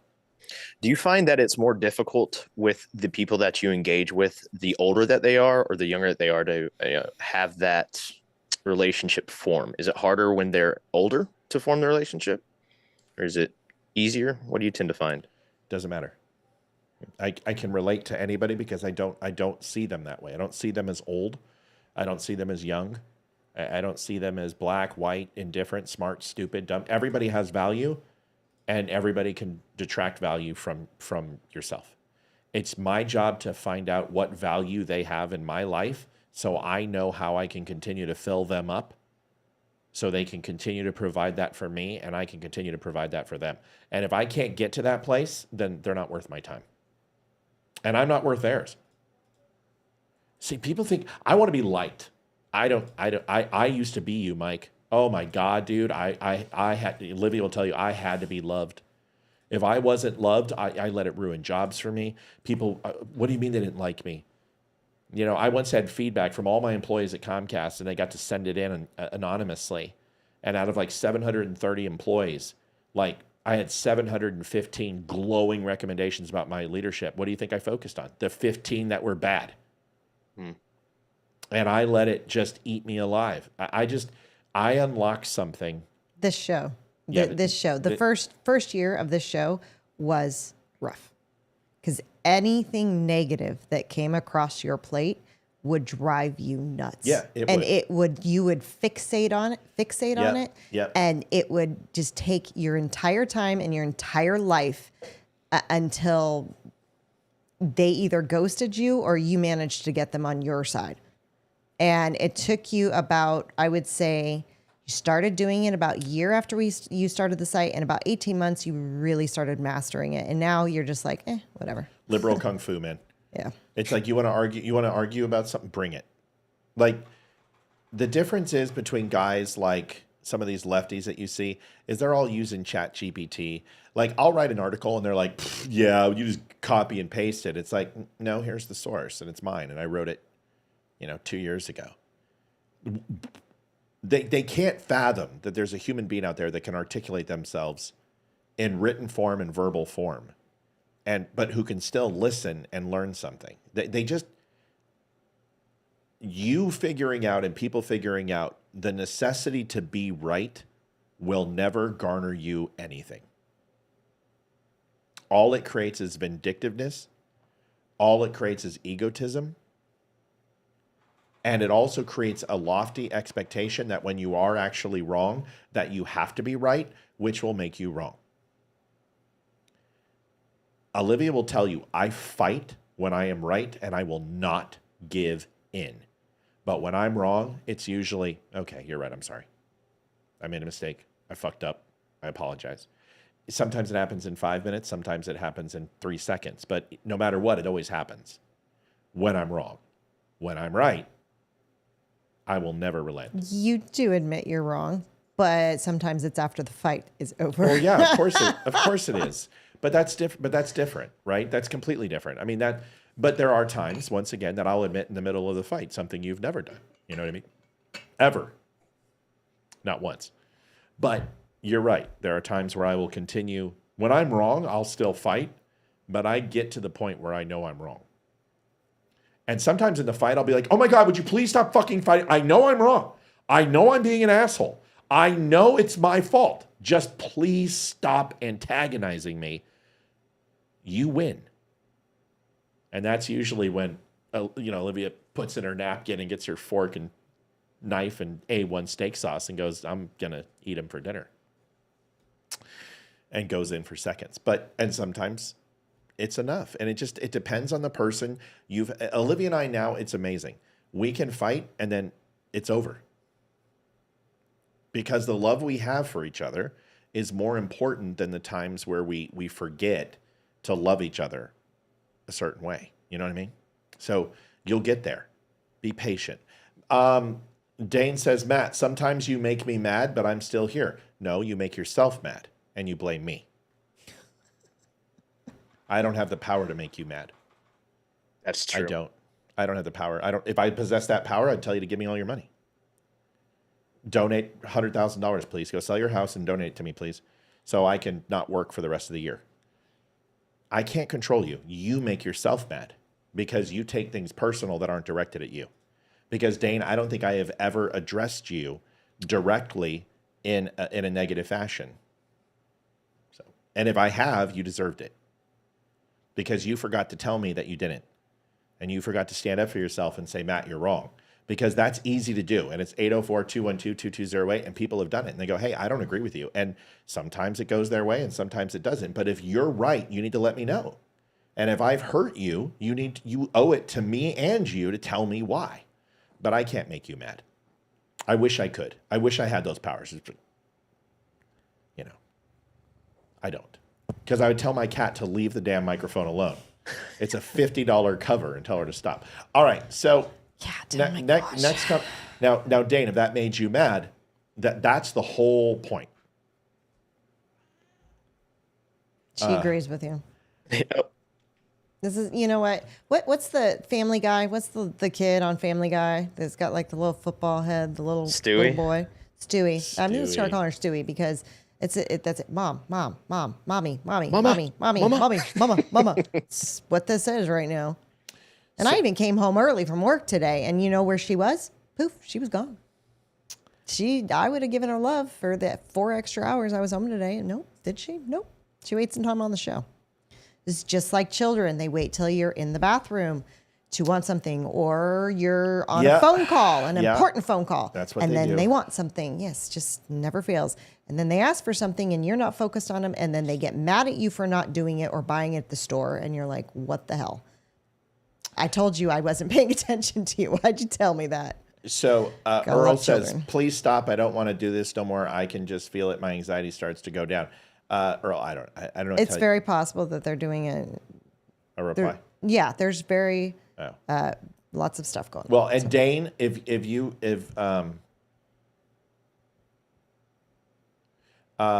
if I've stepped on your toes, let me know, man, because I don't want to make you mad. Now, there are times where you may think something that I don't agree with, and the things that I say make you upset. That is completely normal. Like, people do that to me all the time. Matt has given me a few 20-minute lectures. I keep coming back. I don't know if it's been 20 minutes, Rhonda, but you and I have not had any conflict in a while. We figure out how to work together, or people leave. But I very rarely abandon my listeners. They usually just leave because they just come to a point where it's like, I don't find value in what Matt's saying anymore because he's an asshole. Okay, fair. Get it. I totally get it. But you need to invest a little bit more and you'll find out that that's not true. But most of my listeners will tell you, oh man, I can't stand this guy when I first met him. Truly. And then they figure it out. And either they do or they don't. For instance, Donald Trump. Listen, polarizing figures make the world go round. Do you think everybody loves Steve Jobs? Do you think everybody loved Gandhi? Am I comparing myself to Steve Jobs and Gandhi? No. But my point is polarizing people make the world go around. Look at Donald Trump. Look, Donald Trump isn't even in office, and there are changes taking place all over the effing place. Here's an example. A story that kind of disappeared very suddenly. Do you have any idea whatever happened to the drones? What happened to drones? Well, you said that you thought the government knew what was happening with these drones over New Jersey. There were some by Bedminster. I don't know. They're over Bedminster a lot, so I can imagine. I'm going to give you a report on drones about one day into the administration, because I think it's ridiculous that they're not telling you about what's going on with the drones. And it's not only with me. Glenn was telling me today that in Virginia they have drones all over the place, too, and nobody's reporting it. I don't know why they're not. Do you want to say something about that? Just one quick comment, which... There's the next president of the United States. I'm just letting you know. Right there. Sitting Is Trump in Virginia right now? No, he had the governors come to Mar-a-Lago, and Youngkin and him are starting to... Buddy up. You know, who predicted this? Come on. Oh, God. Youngkin would be amazing. He turned Virginia. Dude, I predicted this shit a while ago. I'm just saying. He was the start of red creeping back into this state. Bobby Richardson, thank you for purchasing your Dumb Nations Sherpa blanket. Also, I want to go ahead and thank Christine Clark for buying her Sherpa blanket. Looks like Mike Dad Lynch, I think, has bought a Red Friday hoodie and also a 1776 hoodie. You're going to love them. Great to see the store doing well. Thank you for all the donations. Things are great tonight. I'm loving it. Good stuff. Here's the rest with Youngkin. We are home to the largest naval base in the world in Quantico, and we house a lot of the SEAL teams and have a huge national security infrastructure. And now for 2 years running, we have had drone incursion over secure airspace, and we still don't know why. And I think that's absolutely unacceptable. And I think President Trump and the new leadership coming in, I think, will work diligently to understand. Karen, you got it. Do you read Karen's comment, Liv? Scan it quick. If everyone was... No, you don't need to repeat it. Just read it real quick. Oh. When she donates, just put Karen. Oh, okay. I didn't... I don't know. Just, yep. That's it. Okay. Okay. Who's behind this and what we do in order to stop the digital surveillance of all of our secure infrastructure. Dangerous?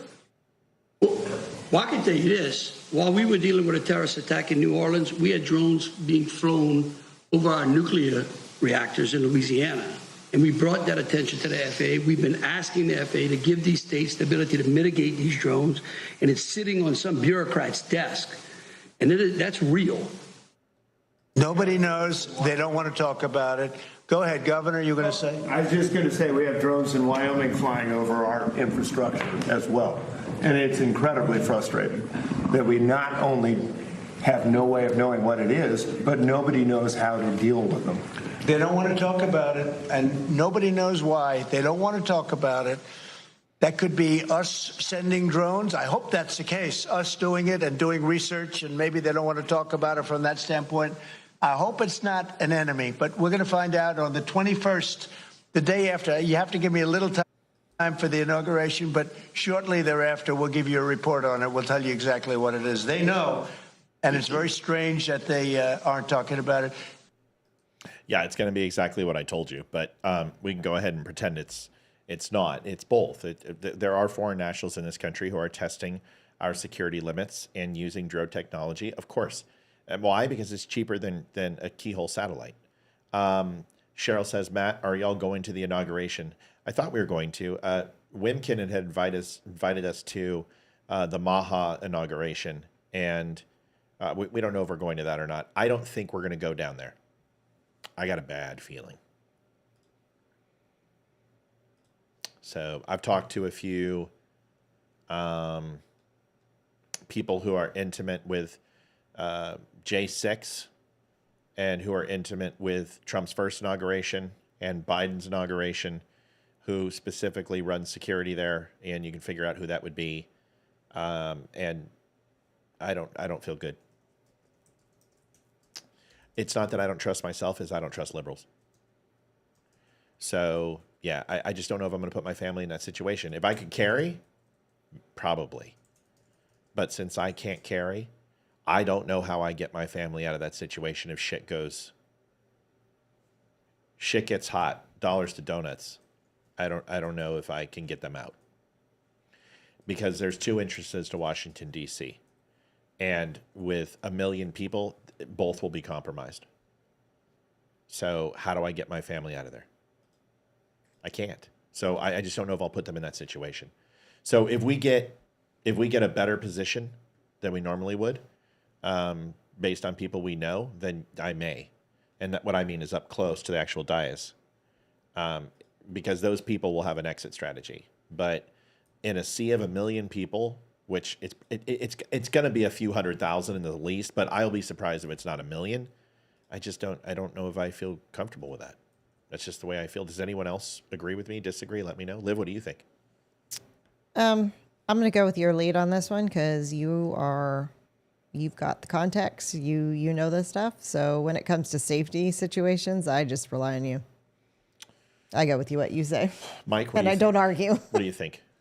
I agree 100% with what she said. I think last week you and maybe Leroy brought up, in the times that we're experiencing right now, don't put yourself in unnecessary situations. And this one just doesn't seem necessary to go to for me. And it does seem to have a lot of eyes on it, a lot of people going to it. So taking a rule from your book here, you're the expert truly on that. I'd say Thomas, stay away. I appreciate that, buddy. Sorry, I didn't mean to interrupt. No. Go ahead. Finish up. No, that was it. Just stay away. Thomas, you're more than welcome to stay at my house. You can stay at my house the night before. You can crash here. It's not a problem at all.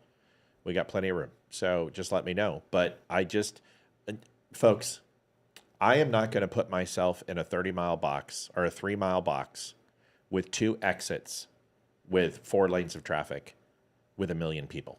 I'm just not going to do it. One VBID, 1 firearm smuggled in, 1 anything that remotely stampedes the cattle, and my family's at risk. I just won't do that. It just doesn't make any sense. And I sit here and preach situational and awareness and OPSEC to everybody all the time. And who would I be if I'm like, oh yeah, I'm going to go put myself in that situation? Now, would I go down there? Sure. But I'm not going to bring my wife and kids down there. It's just, look at the shit that's happened down there. And it's Washington, F and DC in the very end. Do you guys understand the crime? Do you know it takes 1 person firing off a round and that whole place is going to go? I'm not doing it. Yeah, I don't think so. So, and everyone's like, oh, are you scared? No, I'm smart. I'm not scared of a situation like that. But if I was in a situation like that, I'd be sitting with a 308 and I'd be sitting up on one of those roofs, and that's where I would be, and looking for threats and sitting with a couple MARSOC guys or whatever. And that's where I would want to be. I would not want to be on the ground floor. That's it. I won't even go to Washington. We had center ice tickets to the Avs in Washington. I'm like, nah, I'm not going. But if anybody needs a place to sleep, we got you. We got you. $500 donation to sleep at the Don't Unfriend Me house. Just kidding. So we got a bunch of good stuff tonight. So let's keep it moving. We'll get into some of the fire stuff. The story that kind of disappeared. Hey, shut up. I have been. Thanks. Okay. What are you most excited about when Jan 20 happens? When Trump gets his inauguration and gets sworn in? What are you single-handedly most excited about, Olivia, and then Mike? That the Republicans have control of everything. And we don't have to deal with frickin' Kamala's hyena khaki laugh. And we don't have to, well, it's not like we ever saw him in the first place, but we don't have to deal with Biden anymore. And technically, we don't have to deal with Obama anymore, for his 3rd term. But I'm ready for the country to get back on track. And yeah, that's what I want. Cheryl goes 500. For you, ma'am, I'll give you a discount because he hit on my wife. So me hitting on his mom, it's just it's only completely necessary for me to do that. She's the comedian tonight. Oh boy. Like, well, your dad is over here going, I agree with Matt, and then I'm just like, hey, 500. He's gonna be like, listen, you son of a bitch, I can return those sweaters. All right, so let's watch this. Here's what I'm looking forward to is power for any group does irreparable damage to humility. And it reminds people that the foo is going to be on the other shit sometime, you know? And that's important. You got to understand, man, that absolute power corrupts absolutely, right? And it's about high time that Democrats, they've had it long enough. I mean, I want you to think about this. They have had the White House for 12 years out of the last 16. They had 8 years of Obama, 4 years of Biden, 4 years of Trump. That is too much power for one group. So I think that I'm excited to see a little common sense and nonsense like this shit gets to stop. Because I'm going to say it, Facebook, I've never not said it, and you've never struck me, so you're not going to strike me now. I am sick and tired of the delusion, the absolute nut jobs. If you want to wear a dress, that's fine. It's been going on since King Louis. This is not a big deal. Most men up into the last 220 years wore dresses. Founding fathers wore frocks. They wore long flowing robes. They had powdered wigs and makeup on before they decided that the English deserved to be kicked back across the pond and excommunicated from U.S. soil. There's always been pomp and circumstance and rosy cheeks and lipstick, and it's all just so fucking gay. And I don't care.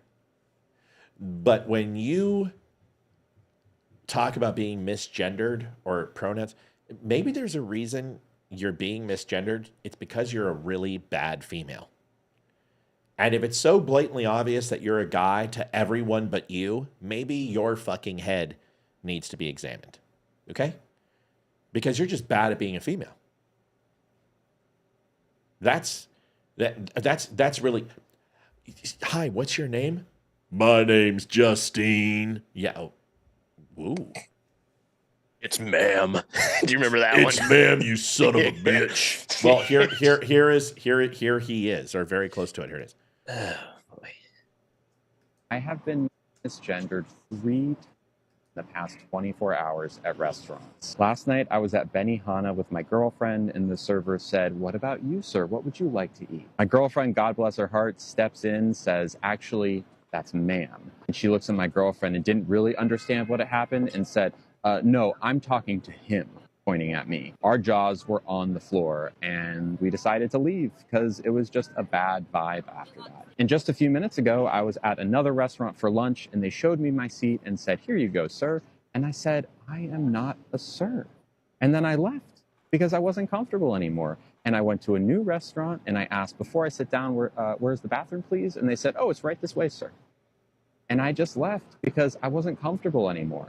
If you're a server in the food industry, you don't need to use words like sir or ma'am. There are ways to be respectful without using those words. And if you get it wrong for someone like me, I will probably leave the restaurant. And it puts like a bad vibe on my day when it happens, especially when it happens 3 times in a row. Oh, did your little feelings get hurt? Oh, I'm so sorry about that. Has he ever been a server? And something tells me he has not been a server. Well, I've been a server. I think he served plenty, but it's a different kind of platter. I've been a server, and I can tell you get better tips when you say ma'am and sir. Tell you that much. But yeah, you're really bad at being a woman. You don't look like a woman, even with the red wig on. And what is this like whistle choker thing that's covering your freaking huge Adam's apple? It's not doing a very good job at all. And here's the thing. I'm not going to not, if I was a server, I'm not going to not call people sir and ma'am and be respectful like how I was raised and how I'm raising my children to call people sir and ma'am when they don't know who they are. I would rather piss you off because you are the 0.000000001% chance I'm actually ever going to serve a transgender that freaks out when you get misgendered. And I would rather call most of the people that I'm going to serve sir and ma'am, and no one's going to give a shit that I call them that. So go on your merry way and just keep walking because you're going to be continued to call us sir. And if you don't like it, just go somewhere else. I hear that there's plenty of places to go in the Gaza Strip. You might feel very comfortable there. Oh, jeez. Just saying. God, Direct. recommending someone to Gaza is like, I don't know, recommending a restaurant in New York to a bunch of Hindus who are looking out for a good night of fasting. Something tells me he was he was out there with a sign that said transgenders for Palestine, or so he was probably in that whole thing anyway. Let's lump him into a bunch of stereotypes. I'm down with that. Fuck him. Plus, you're a redhead. Who chooses to be a redhead? Really? Fucking you weird ginger. I always wanted to be a redhead. Why don't you have a peg leg too? I mean, seriously, come on. You choose a better wig. My God. Was that a wig or was it his real hair? That was his real hair dyed. Yeah. I don't. All right, if here's a great scenario. If I were to wear, I'm not, but if I were to wear Daisy Dukes with heeled boots and then a wife beater and a cowboy hat down Main Street, Anytown, USA, and expect that someone's not going to look at me funny, you know, I'm not saying that this guy's wearing that, but you're bringing attention to yourself. Expect to be able to know that not everybody's going to like you, know you, but you're not making yourself small. So if you don't make yourself small, don't be a pussy and get offended. I don't understand that. He's asking for attention. That's a mental illness. Well, the mental illness is that you can't accept who you are. So why would you expect anyone else to accept you? That's a mental illness. You're asking for the impossible. Like, the easiest thing in the world should be to convince yourself of something. If you struggle with convincing yourself of something, then you have to ask yourself the question, what are you trying to convince yourself of? Because, all right, here's an example. It's January in Virginia. Tomorrow it's going to be 86. Yes, it is. Okay, there's an issue. You have a mental issue because you and I both know it's not going to be 86 tomorrow. And you're convincing yourself of that. So that's not the easy. That's what I'm saying. Convincing yourself of something should be easy as long as it's factual and true.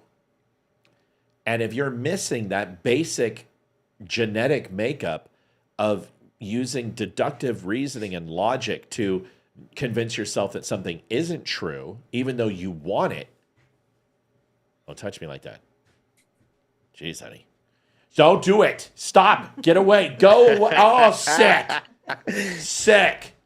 So my point is like convincing yourself should be the easiest thing as long as it's lucid. But you're not going to jump off a 100-story building saying, I can fly like Peter Pan. And then you do. Then you have something wrong with your mechanisms, right? You have some serious issue. So it's easy until it's obvious that it's not real. So when you have these people who say, oh, I'm a girl, I'm a woman, you know that's not true. You know but you've convinced yourself otherwise because you think you deserve it. So you couldn't accept who you were, so why should I accept who you're not? That's my problem with the whole thing. So if you want me to call you Tanya, and that guy's like, call me Tanya. I'm like, all right, Tanya. Call me ma'am. Okay, ma'am. I want to sit down with your wife and have a conversation about what it's like to be a woman. You fucking come into my house, I'm going to put 6 rounds into you. That's going to be a real short conversation because you don't have a fucking clue what it's like to be a woman. That conversation's like. So my point is that if you want me to call you something, that's been the days of, ooga ooga. I mean, we've been doing that for a while, making grunts and groans of addressing people. Oh. Yeah, Dad? So that's fine. That is a formal greeting. And you can go by any moniker you want. But the moment that you want me to suspend disbelief into an alternate reality that's all your own, you got another fucking thing coming. So transgender rights are human rights. Yes. How about we just say human rights? Everyone deserves human rights. Fine. But what you don't do is you don't deserve special treatment. And you are not getting it from me. period. I don't ask for special treatment from you. Why do I need to give it? Why do I need to give it to you? Right. You don't need. I don't need your special treatment. Right. Why do you need me to justify your penis, or the lack thereof? Why is it so important for you to have my approval? It's not. I don't give a shit. You could be a decent human being, but why is that important to you? Because there are plenty of human beings around the world who aren't decent, and do you accost them? No, because you don't know them. So, 3-foot world, motherfucker. And it's the best. I mean, it's a saying that I've known my whole life, but recently is in a show that Olivia and I watched, 3-foot world. Control your 3-foot space. Own anything that enters your 3-foot world, you own. Zone in, focus on that, and focus up, man. That's it. That 3-foot world. And I used to talk about it in retail, 6-foot world. Anything that enters in your 6 feet, you own it. If a customer enters your orbit, bam, you address them. If trash is on the floor in your 6-foot world, you pick it up. And then you can hone that to a 3-foot world if you want to and make it bigger and bigger and bigger. But everyone should own the 3-foot space around them. They should own their living conditions, where they sleep, how they interact with people, how they talk with people. If there's trash on the ground, if weeds need to be pulled, if you see a light bulb's out and it enters your 3-foot world, take care of it. If we just focused on our 3-foot world, our lives would be so much simpler and we would remove so much fucking noise. Who cares if people accept you or not? Here's a news flash. They never will. I'm not accepted by everybody. And it's just not, stop trying to please everybody. Please yourself. We have an update on James Woods, his house. You guys know that he was in a hotel crying on CNN. And I just love the man. And I know Leroy has had conversations with him, and we tried to get him on the show, and it was close, but he had to fly out or something. But I would love to have James Woods on. I'd love to talk about vampires. I'd love to talk about Scary Movie, when he was the Catholic priest and exorcised the demons. Oh, He's just fuck this. I love James Woods, and I think he is a very smart human being. And I've always liked him. I remember the first movie I ever saw with him, a lot of people won't remember, is Against All Odds. Phil Collin did the song for it. It's with Jeff Bridges and James Woods, and it's not a great movie, but the theme song is awesome, and it's good. And the chick in it, the lead, she's hot as hell. But I like James Woods, and I just figured I'd give you an update on where he's at. And yeah, he's rich, but he's not that rich. And he puts his pants on like we do. Watch this. This is very similar to my dad's house and my mom's house. Watch this, Liv. That's Pally High School. This is everything below us. Oh my God. It's our neighbor's house. Our hillside. Yeah. Sarah and Francis, whose father we saved, is now putting out fires on our hillside.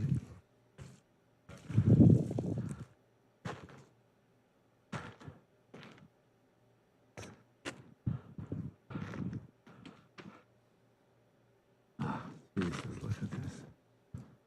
Oh my God.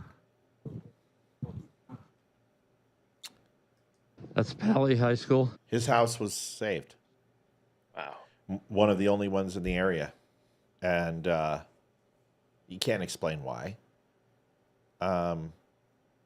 Patriot, you can join Wimkin.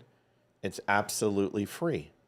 There'll be a point you have to put your name, your photograph, your email, and it'll say, do you want to join the free or give money? You can give money to help, but no, you can do it for free. Speaking of that, Join Wimkin.com, the social media platform built for free speech and true connection.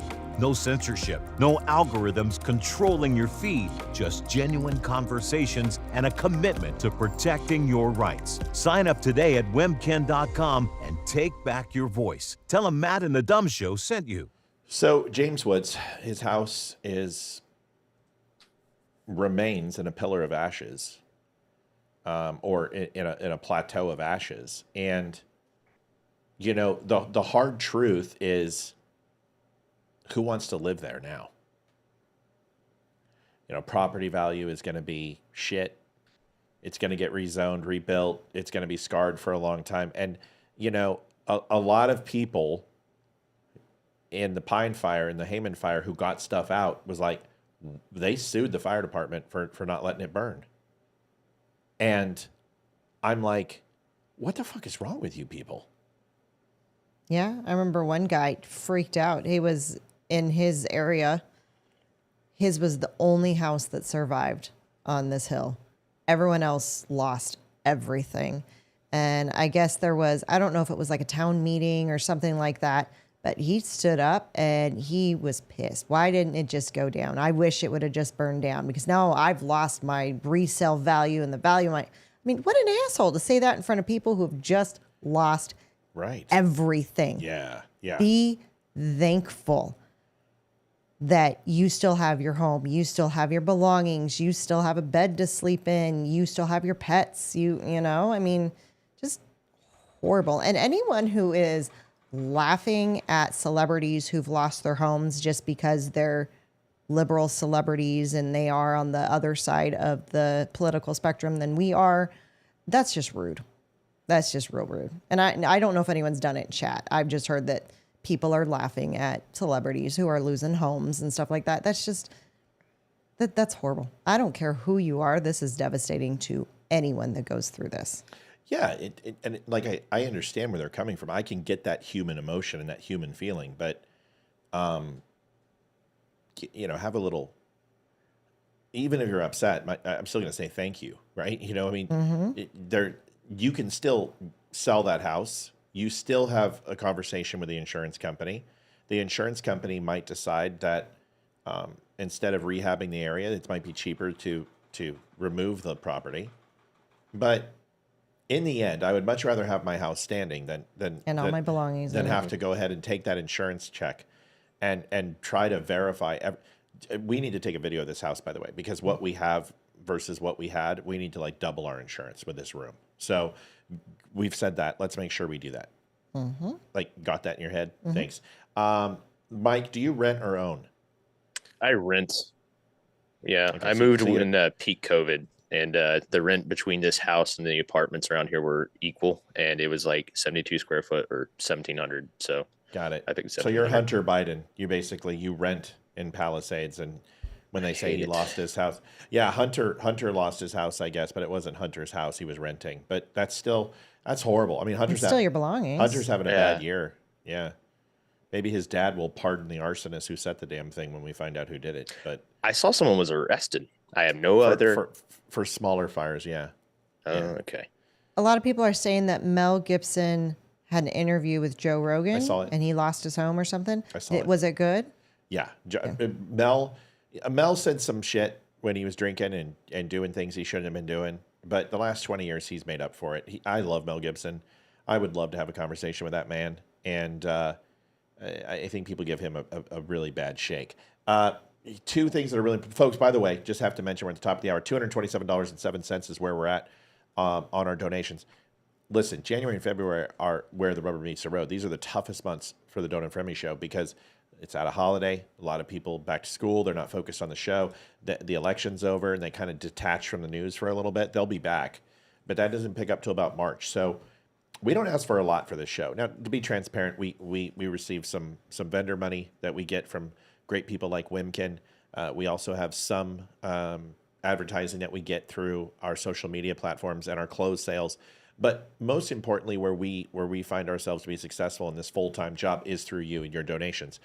We never want anyone to donate if they can't. We certainly don't beg for them. We just say, if you have the ability, thedumbshow.com/donate to keep the show on. We have now been accepting donations since Facebook has removed almost $15,000 a month. They are in arrears to us for over $250,000 that we're never going to see. We made a great living out of this, and then we had to start asking our viewers to help out. So if you can, if it's your first time watching, maybe you don't feel obligated to do so now, but if you've been here for a few times and you're like, you know what, I like this show. Do I pay $15 for Netflix? How many hours have I watched the Don't Unfriend Me show versus Netflix? Which one's more important to me? Or do I want to go ahead and make a same donation? It's a great way to look at it. And if we provide you, 2.5 hours of coverage a night, that's 40 hours a month. Is it worth a little bit to say, hey, you know what? Let's donate and keep the show on. It's up to you. But we appreciate you if you could. We don't push it because we always hit it, and it's because people like you. So thank you. 2 videos. One is John Fetterman, who, it's hilarious. I told everybody that Muhammad Oz was going to get his ass kicked by Fetterman, and he did. But I also told you that John Fetterman wasn't a horrible liberal. He's a blue-collar guy. He comes from blue-collar world. And people tore him up after his stroke and made fun of him, and it's something we did not do on this show. We tried to remain a little civil, but he constantly impresses the shit out of me. Listen to this, talking about him going down to Mar-a-Lago to talk with Trump. Liv, this is funny. Hey, Senator, can we ask you what you hope to get out of your visit to Mar-a-Lago to talk to Donald Trump? What are we talking about here? Is there some news? There's some news. We hear that you're going to be heading down to Mar-a-Lago. Yeah, I've heard that. Yes, I've heard that. Yeah. What will you be discussing with the president? Well, yeah, I demand that I need to be made Pope of Greenland. Do you have the resume to be Pope? I'm having a conversation like he's the president, is going to be. So, I am not the senator for just Democrats in Pennsylvania. I'm everyone's senator in Pennsylvania. And so it's just having a conversation with the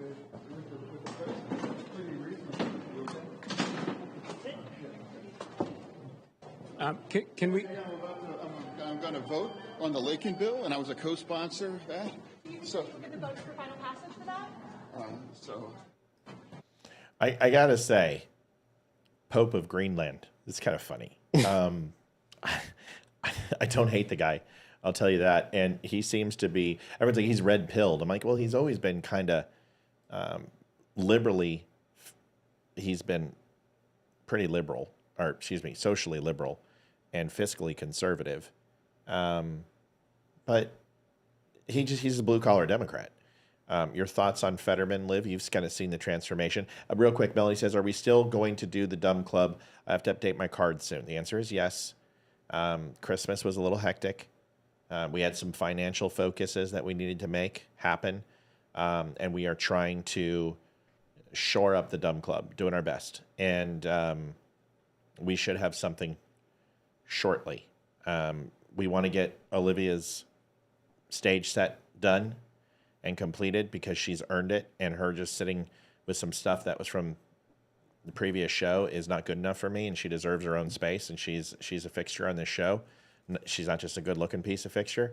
So I want to make sure she's taken care of it. Which is not the eye candy. Right. And then we're going to sit down and figure out what to do about the Dumb Club. So hang in there.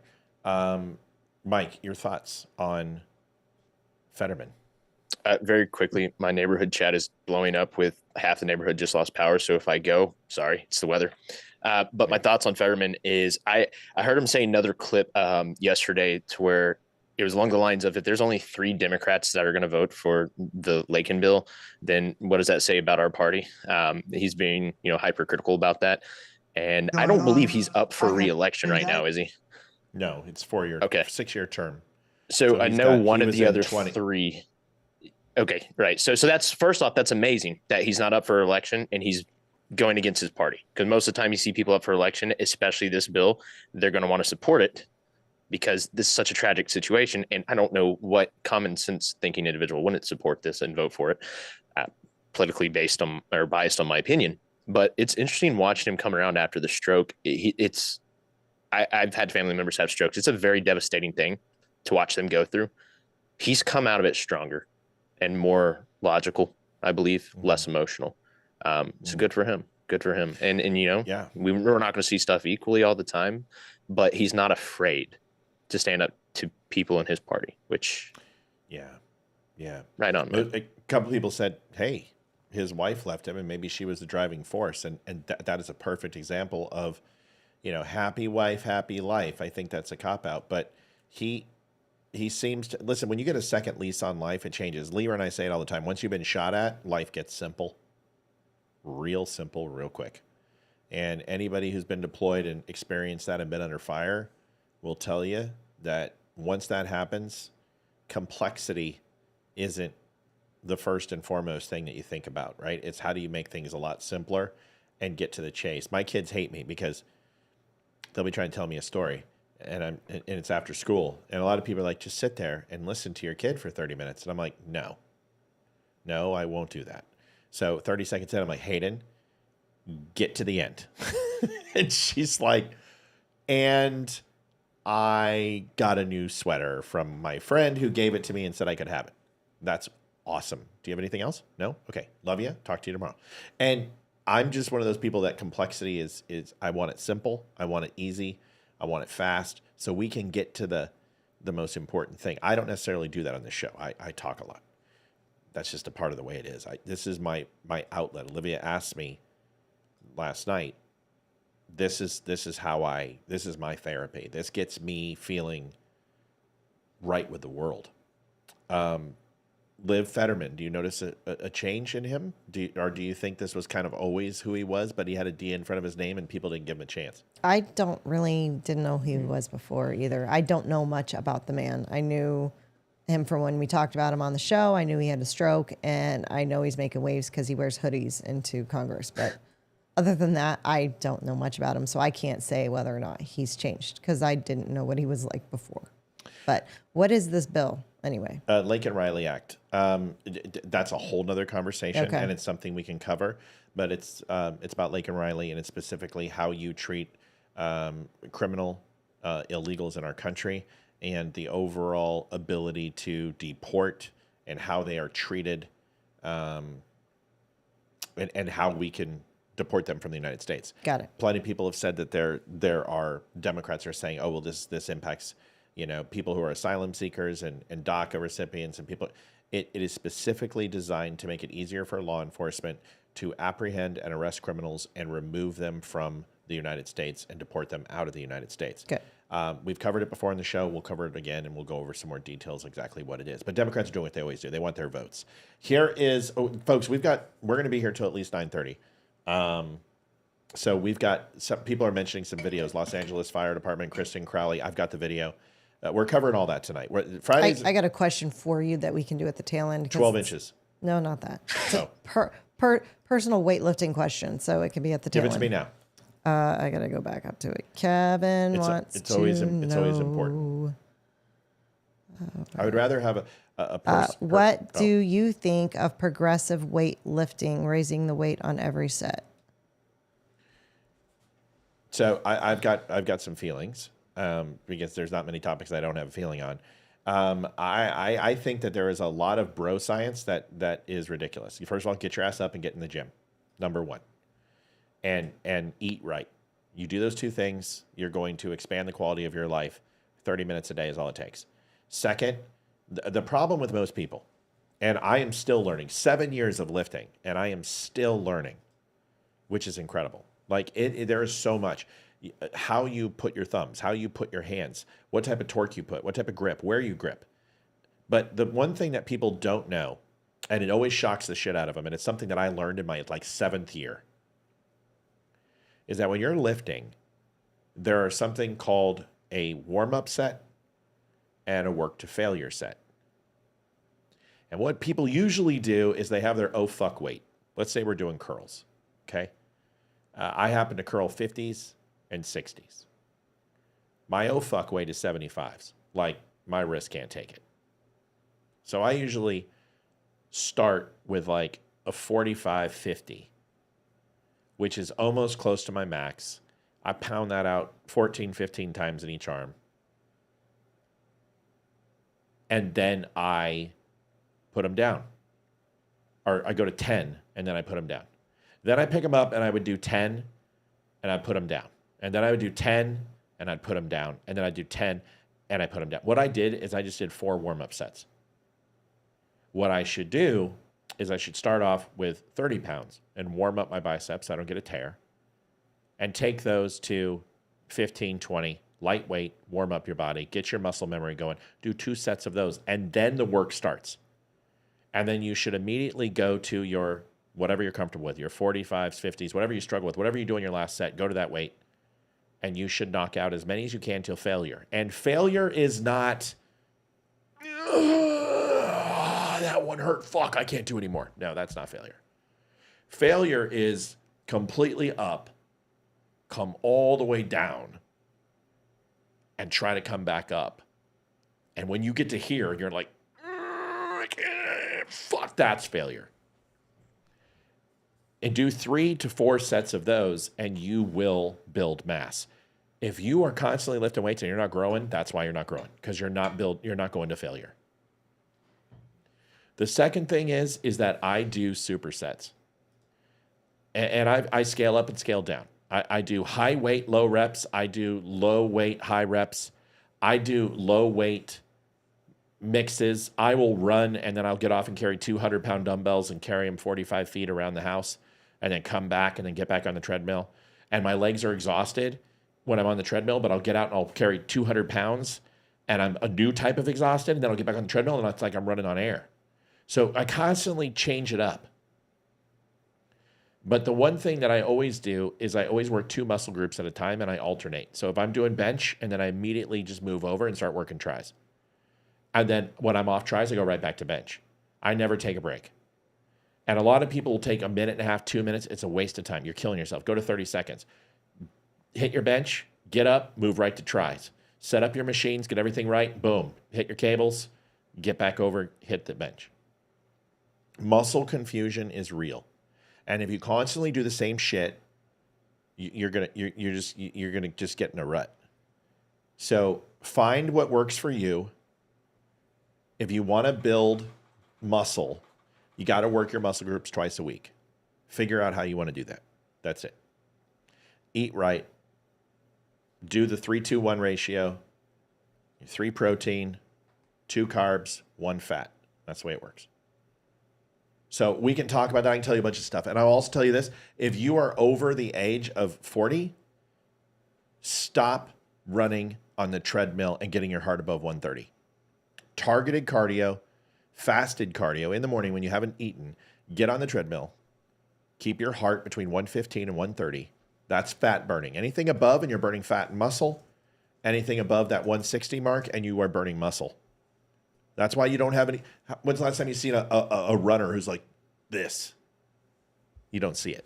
And there's a reason why you don't see it. Because long distance runners eat fat and muscle. Don't do count to 10 sets. It's worthless. Go to failure. 10 doesn't do shit for you. It'll make you sore. It's not going to build muscle. You have to go to failure.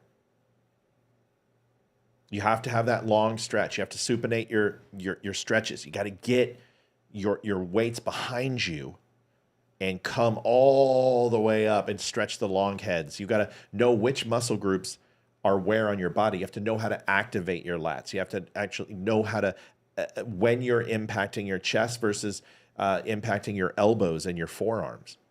You have to be able to talk to your muscle groups. That's where those low weights come in, those warm-up sets, to talk and go, okay, now I'm working my lats. I feel it. I'm bringing my elbows back deep. Okay, I feel my lats. I've activated them. Now I'm going to put some serious weight on, and you're going to feel that muscle memory connection.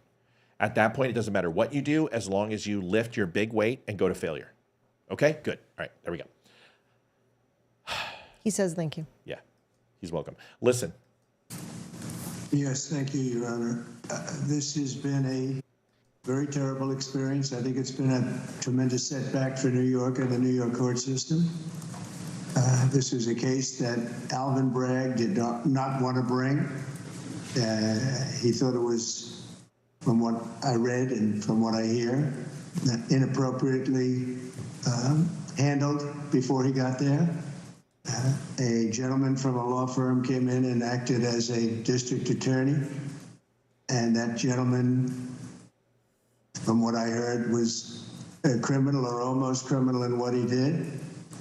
It was very inappropriate. It was somebody involved with my political opponent. Part of the records that we're talking about, they're saying, I just noticed where he said I was falsifying business records. Well, the falsification of business records, as they say it, was calling a legal expense in the books where everybody could see them, a legal expense. In other words, that legal fees or legal expense were put down as legal expense by accountants. They weren't put down by me. They were put down by accountants. I didn't call them construction, concrete. Donald Trump called in via conference as they sentenced him. And the sentencing, thank you, Bobby Richardson. Bobby always fills the gap. Thank you, Bobby. Folks, we appreciate when everybody kind of helps out and contributes, please, not just Bobby. And she does so much for this show, and so many people do, and we love you and appreciate you. Thank you for the new faces. Thank you for the people who always seem to carry the show. We love you. We can't thank you enough. Then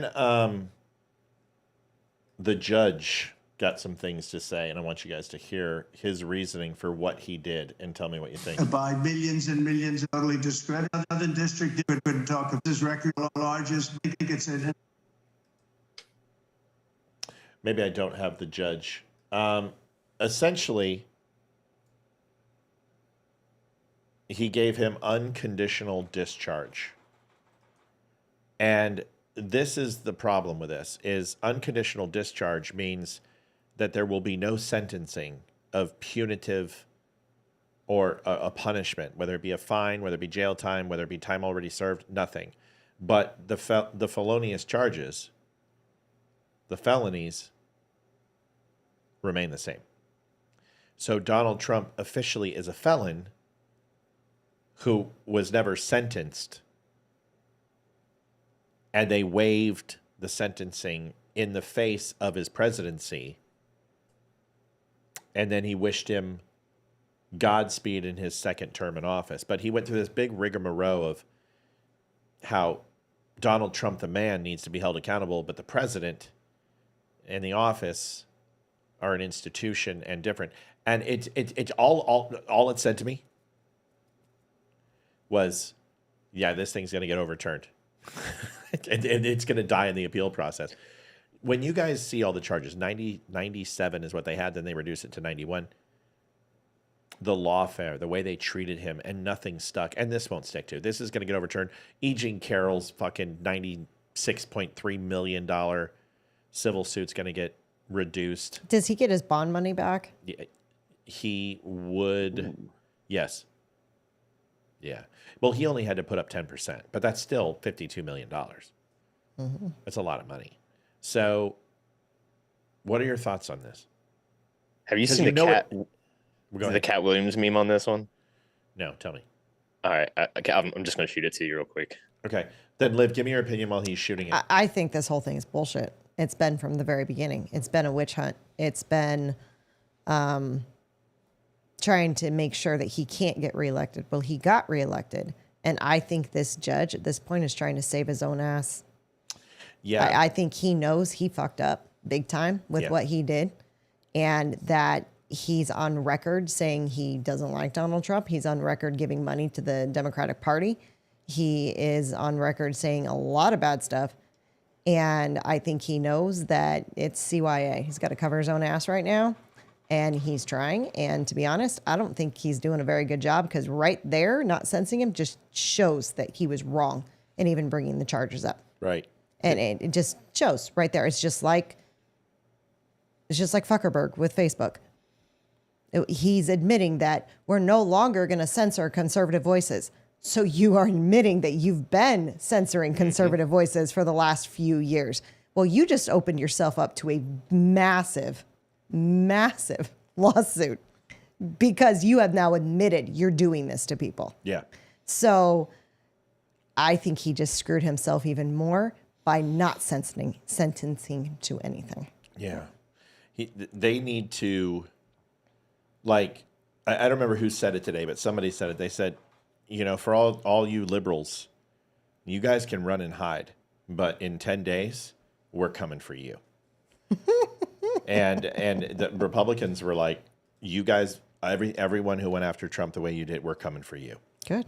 And you know what? I'm fine with that. Just get your policy, get the budget balanced, get taxes taken care of, get some policies in place. Let's get the infrastructure deal. Let's find out. Thank you, Amy Bordeaux. Thank you so much, folks. We're tight tonight. Thank you, Amy. Short tonight. I know we've hit our goal, but we'd love to go out on a bang with these Fridays. So if you could help out, let's make that happen. We're giving you overtime, so a little bit of overdrive would be nice. Mike, quickly, because we need to move to a couple of other things, but your overall thoughts on this when it comes to Trump. It's actually not my thoughts. It actually was a text from Mom. It's a good point here. FYI, the reason they had to give him a sentence was to seal the conviction, which must be followed by sentence to hold. So he will be labeled a convict. However, the great news is because he got a lame or any sentence, he can now appeal it. Right. And well, that's the whole ever-loving point, is that the felony was there. He didn't have to be charged according to New York state law. So not charged, but the sentencing, you're still a felon. Jury made the decision. Once the jury comes back with a verdict, you have been adjudicated. You are a felon. That's it. The sentencing, where your mom is 100% correct, it allows him, like she said, to appeal, and it solidifies and closes the court, so then it can go to a circuit, federal, higher court to appeal. Now, he's probably going to lose on the New York State Court. Thank you, JD, my man. Appreciate you. Thanks for the donation. We can't thank you enough. But this isn't going to go any further than that. New York, this is a miscarriage of justice for New York. And there is going to be hell to pay. Alvin Bragg, all of them.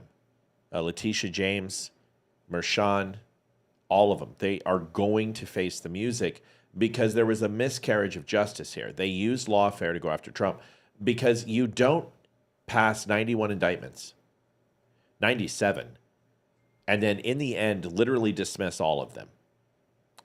From the NARA warrant to the document scandal, to the election interference with a conversation with Kemp, to the supposed fraudulent bank where there was no victim and no plaintiff, and the bank said this is a good loan and he paid it back and he paid his interest. What's the problem? Where they valued Mar-a-Lago at $14 million when it's 5 times the size of properties that are valued at $120 million.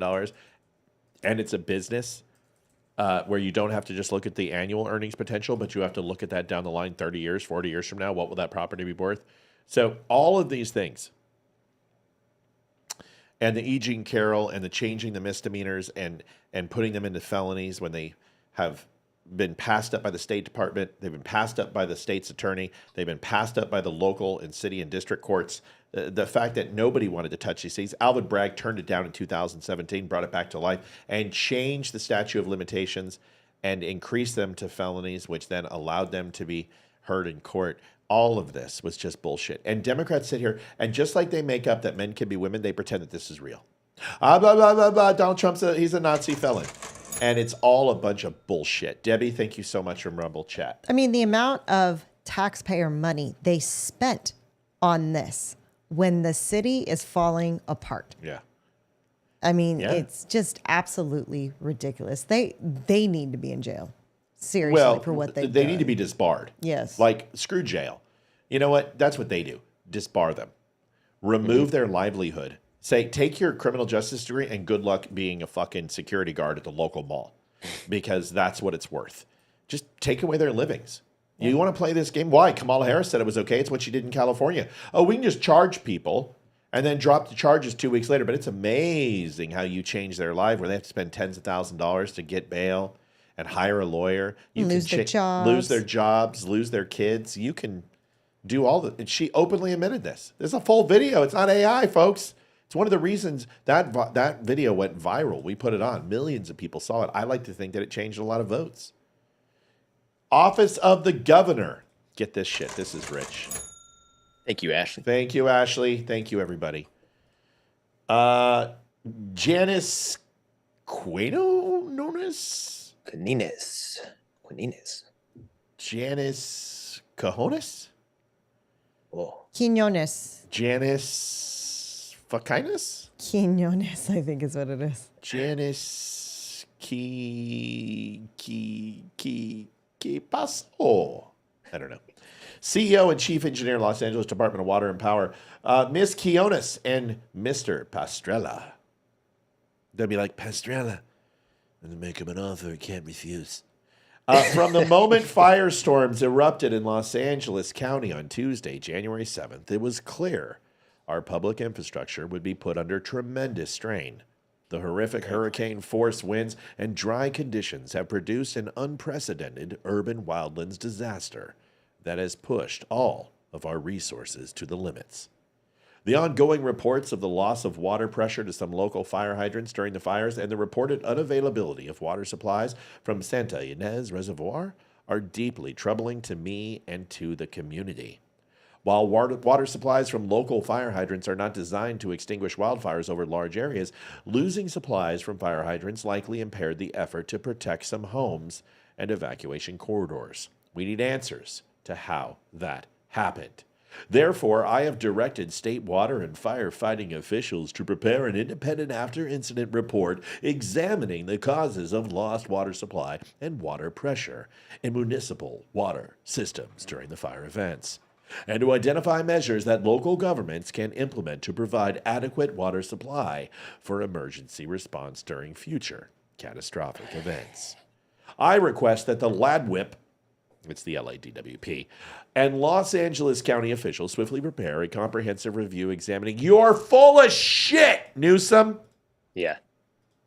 You dirty son of a biznatch. It's all political. It's all political. Why are they making a political stunt out of this? You want to know why he said this? Does anyone know what happened and what he did? Mm-mm. Oh, man. I know what I just heard. I think I know what he did, yeah. Tell me. He was on a conference call with Biden, and he was complaining about oh gosh, we watched it at dinner too. Thank you, Debbie. Thank you. Yeah, I can't think. So hold on. I'm gonna tell you right now. Gavin Newsom was, first of all, his career, it's over. Like, governor? I don't foresee him ever coming back for president after this. This is like grab him by the pussy, but people care. Right? This is the way he reacted. So right after this, as he was trying to dodge a concerned citizen getting into his car, pretending his phone was ringing. I mean, what a bitch move, right? What a Beyonce move. What a Hillary Clinton move. What a Kamala Harris. Sorry, I've got Obama on the phone. I got to go. I've got Zelensky on the digits. I got to go, motherfuckers. So this is what happens. Watch this. This will make you sick to your stomach. Mike, I want your reaction, then Olivia. Please. Governor, you got a second? Governor, I live here, Governor. That was my daughter's school, Governor. Please tell me what you're going to do. I'm not going to hurt him, I promise. I'm literally talking to the president right now to specifically answer the question. Okay, I'm sorry. I'm so fucking pissed at this. Question of what we can do for you and your daughter. Can I hear it? Can I hear your call? Because I don't believe it. I'm sorry. There's literally, I've tried 5 times. That's why I'm walking around to make the Why call. is the president not taking your call? Oh, God. Because it's not going through. So Why? I have to get cell service. So let's get it. Let's get it. I want to be here when you call the president. I appreciate it. I'm doing that right now. And it's to immediately get reimbursements, individual assistance, and to help you. I'm devastated for you. I'm so sorry, especially for your daughter. I have 4 kids losing the school. Everyone who went to school there, they lost their homes. They lost 2 homes because they were living in one and building another. Governor, please tell me, what are you going to do with the president right now? We're getting the resources to help rebuild. Why was there no water in the hydrants, Governor? That's all literally. Is it going to be different next time? It has to be. Has to be. Of course. What are you going to do? Hold on, caller. To fill the hydrants, fill them up personally. You know that. I literally have. I would fill up the hydrants myself. I understand. But would you do that? I would do whatever I can. But you're not. I see the. Do you know there's water dripping over there, Governor? There's water coming out there. You can use it. I appreciate it. I'm going to make the call to address everything I can right now, inclling making sure people I'd are like safe. to make sure you do. Can I have an opportunity to at least tell people you're doing what you're saying you're doing? Could somebody have a contact? Can I have your contact information? Right there. Hi, you called the Don't Unfriend Me show at an opportune time when the video is playing. It seems like everybody does that. That's okay. We don't take it personal. Who's on the phone? This is Paul. Hey, what's up, buddy? I tried to call in between. Sorry. Yeah, no, don't come on. I'm just pulling your Laria. What do you think of that video? You got a chance to hear it with Newsome and pretending he was on the phone with Joe Biden and trying to shove the peon woman who was just emotionally just broken. And this son of a bitch pretends and admits that there's no water, but has been on the airwaves for the last 3 days saying, oh, there's plenty of water and this is all political by Donald Trump. What do you think, Paul? I personally, how do you have the 5th largest economy in the world? Yeah. And cannot supply water to one of the biggest metropolitan areas in the world? I don't understand. Everybody's like, oh, you guys are ragging on the mayors and the governors, and they did this. Yeah. Their infrastructure policies, their whatever it is. I read an article today, newscast or whatever, that their water system is simply not designed to provide that much water at one time. Right. It's the truth. So you live in a fire-prone area. You know you're building houses, multi-million-dollar houses in fire-prone areas.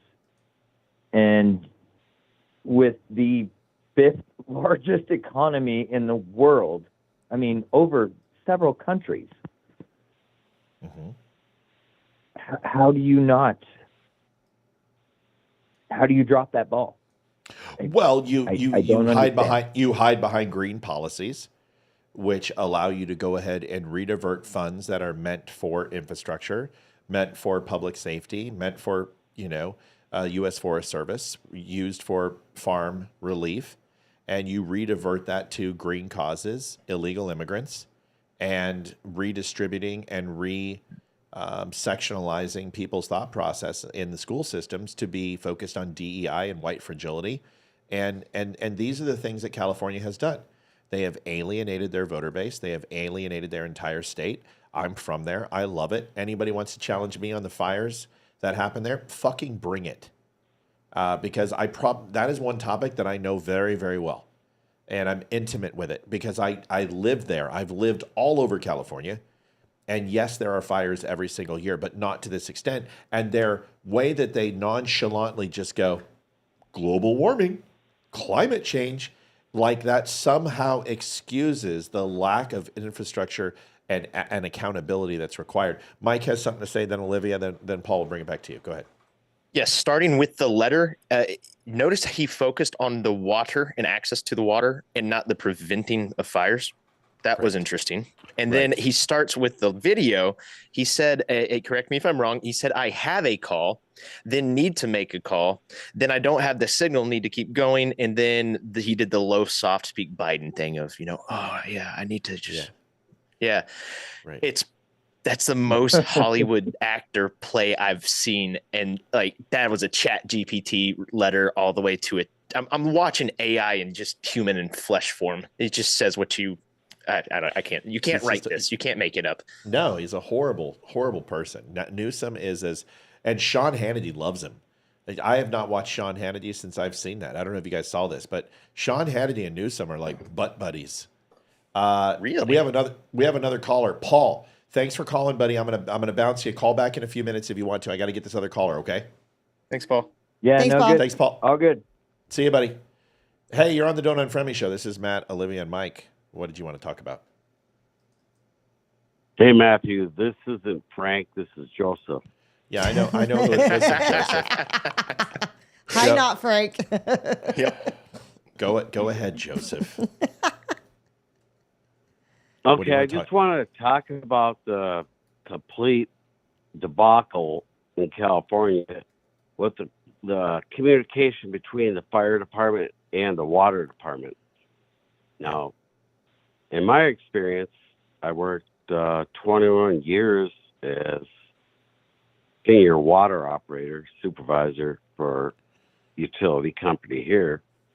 And we always communicated if we had to take a hydrant out or if there was a water tank that was going to be shut off for cleaning or, anything like that, any disruption to their water system and so forth. But I just can't believe they don't have any communication like that in a big city with fire hazards. I'm in Minnesota. We don't have huge fire hazards, but we always, you never know. But that's why you have water towers.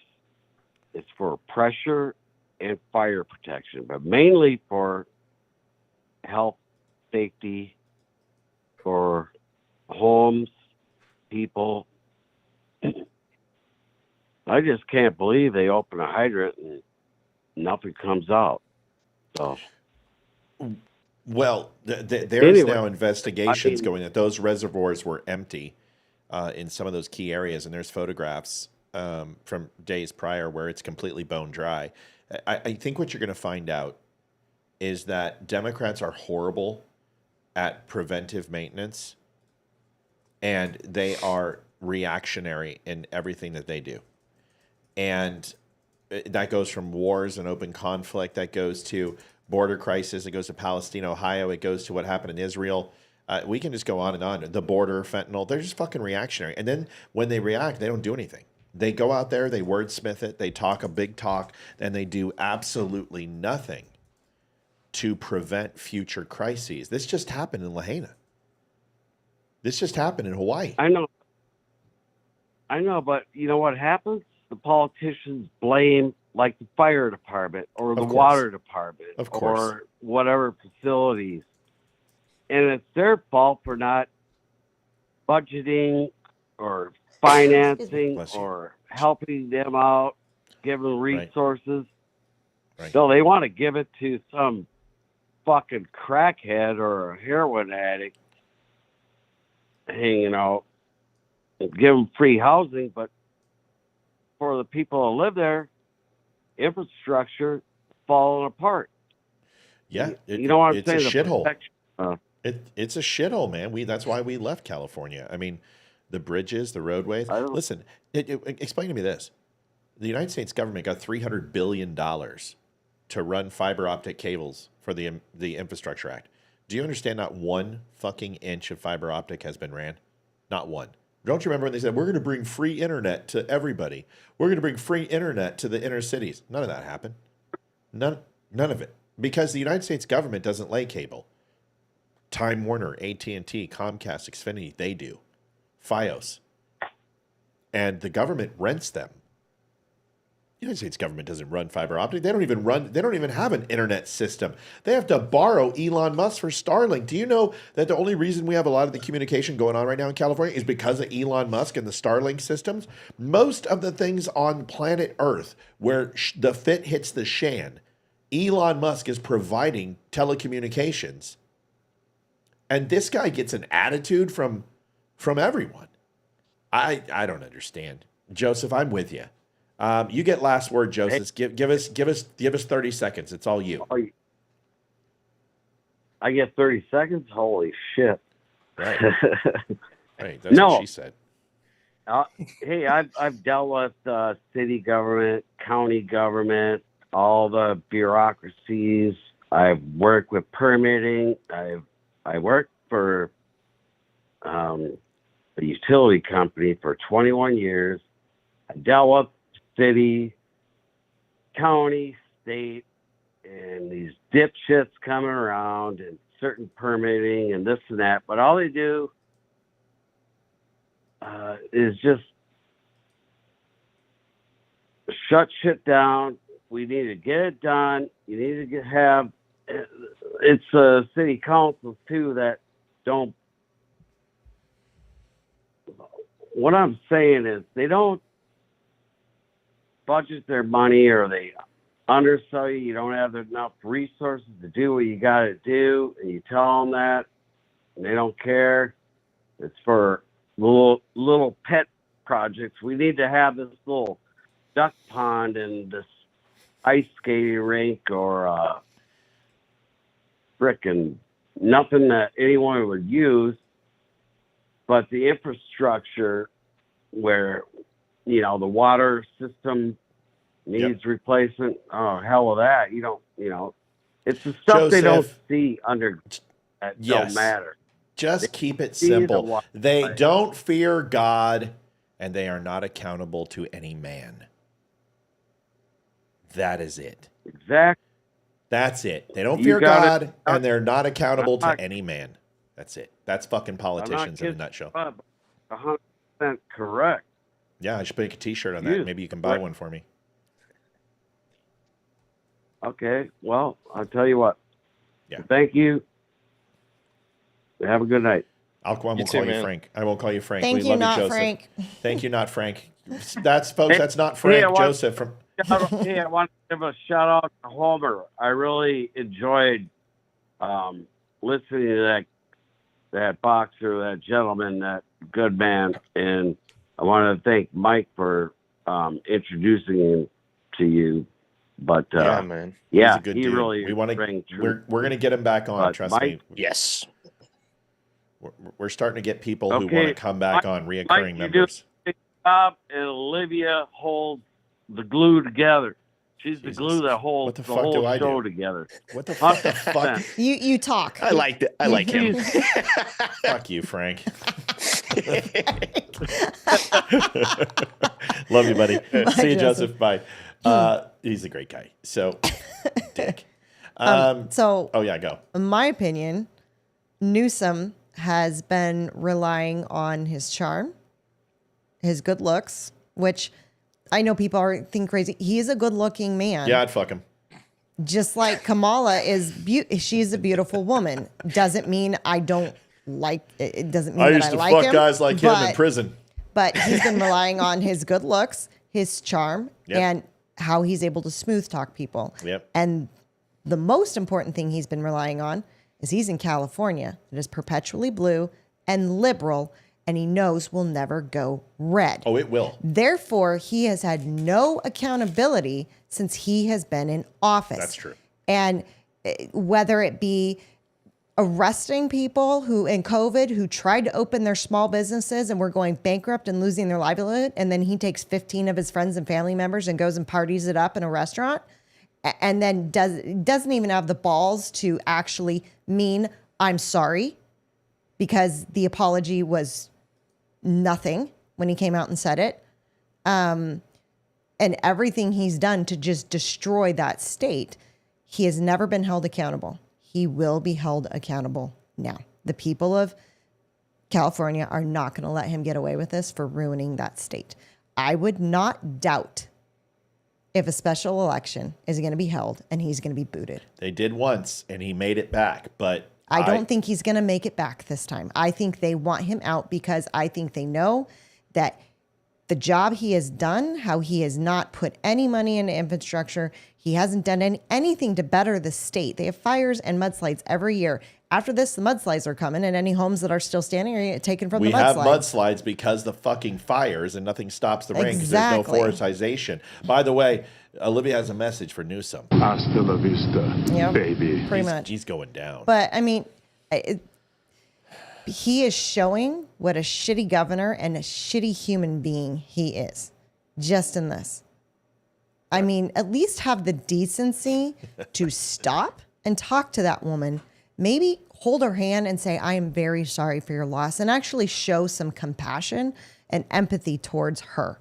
Right. And his alien leaders didn't teach him that. Exactly. I mean, Can you imagine if this was Trump and a woman came up to him? What would Trump do?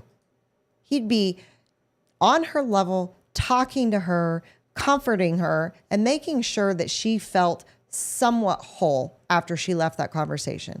And he'd have answers. He'd be like, you know what? I'm working on this. I'm working on this. I'm working on this, blah, blah, blah. And he'd actually say, I'm sorry that this has happened to you. Newsome is a shitty, shitty human being. And I really hope he falls into a hole after he's no longer governor. Jesus. This is what this reminds me of, that rant. Ladies and gentlemen, look at that. You can't see that. I'm on radio. The fans are standing up to them. The security guards are standing up to them. The peanut vendors are standing up to them. And by God, if I could get down there, I'd be standing up to them. Good girl. Stab him with the skate. I'm proud of you. Mark Zuckerberg kind of seemed like, okay. is decided to go on Joe Rogan. Man, this guy's Jufro is out of control. I mean, seriously, it could solve the energy crisis. Or something else. It's interesting. Listen, I love Jews. I get to make fun of them all I want. Mark Zuckerberg, I want you to listen to this. It's always somebody else's fault, whether it's Newsome or somebody else. Just take some fucking responsibility for once in your life. Right. You know what? Say, they must be women, because women do that. Let me enter the segment, please. And you calm down. You've already had your say. Just chill for a second. Jeez Louise. God, you're so just God. So excuse me for talking for more than 30 seconds. When you're talking to me. You shut your mouth when you're talking to me. Shut your mouth. Shut your mouth when you're talking to me. I need my soundboard back so I can play that to you. You shut your mouth when you're talking to me. You just snorted. It's such a great movie. Did. It's one of the best movies ever. What movies was that? I remember Wedding Crashers. That's Wedding Crashers. Okay, that's right. Oh my gosh, so funny. Just tell me, are they built for comfort or are they built for speed? Did you do the motorboat? You sick son of a bitch. You did the motorboat, didn't you? Oh my We're just going to play a little game called Just the Tip just to see how it feels. All right, are we ready? Hurry up, you got to hear Zuckerberg. What the fuck? Why are you leaving? How did you have to pee again? I didn't pee. I went to fix the fire last time. We need Jeopardy music. I got one. What you just said is one of the most insanely idiotic things I have ever heard. At no point in your rambling, incoherent response were you even close to anything that could be considered a rational thought. Everyone in this room is now dumber for having listened to it. I award you no points, and may God have mercy on your soul. Dude, okay, touching me every time. Seriously, this is going to be, get your ears in. This is going to be Olivia after the show. I mean, like, literally, it's like, dun, dun, dun, dun, dun, dun, dun, don't unfriend me show. Go black, and this is going to happen to Olivia. Yes! Yes! Yes! Yes! Yes! Oh! Oh! Oh! Oh, God. Oh. I'll have what she's having. It's a great movie.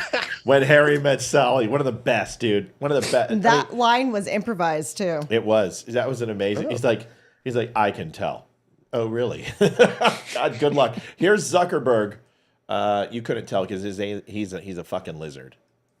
That says that vaccines might have side effects. You basically need to take down. And I was just like, well, we're not going to do that. Like, we're clearly not going to do that. I mean, that is kind of inarguably true. Who is they? Who's telling you to take down things that it was that talk about vaccine side effects? It was people in the Biden administration. Okay.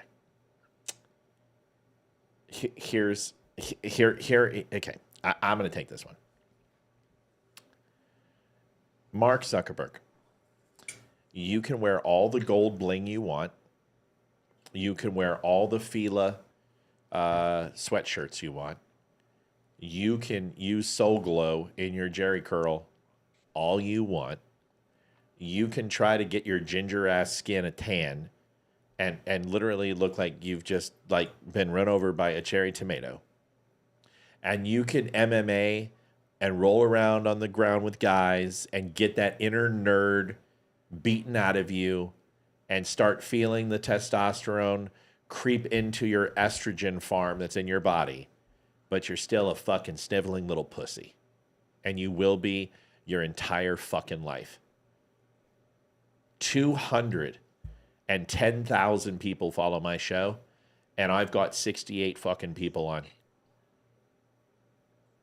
And it has nothing to do with the quality of the show, because we can look at the ratios on X where 10% of my listeners listen.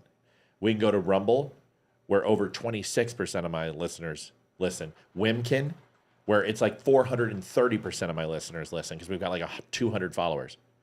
Every single channel that we have is successful, even on YouTube where we have 1,500 followers and we still have 20 people on. Do the math. 1,500 and go into 210,000. We should have over 2,000 people on right now. We know what you're doing. And you've been doing it because we broke your algorithm a few times. We saw it happen. It was a Friday night. It was when Olivia just first started. Leroy and Amy were on. And we logged on. And all of a sudden, we came on and something happened. Chat went absolutely fucking bonkers. 30,000 comments. And our numbers went up to like 860. And it stayed that way for 3 hours. And then it went down to 46. We know that you're throttling our show. We know that I will put something out and it will get 400 shares, but it will only have 100 likes. I've shown video of my stuff seeing likes going from 16 to 24 to 46 to 112, 16, 46, 26, 112, 16, and watch it literally change in real time as you throttle our posts. And you want to know how I know that you fucked with us for 4 years? Because I have a post that just broke 18.5 million people, and it happened 3 days after you said you were going to stop throttling channels.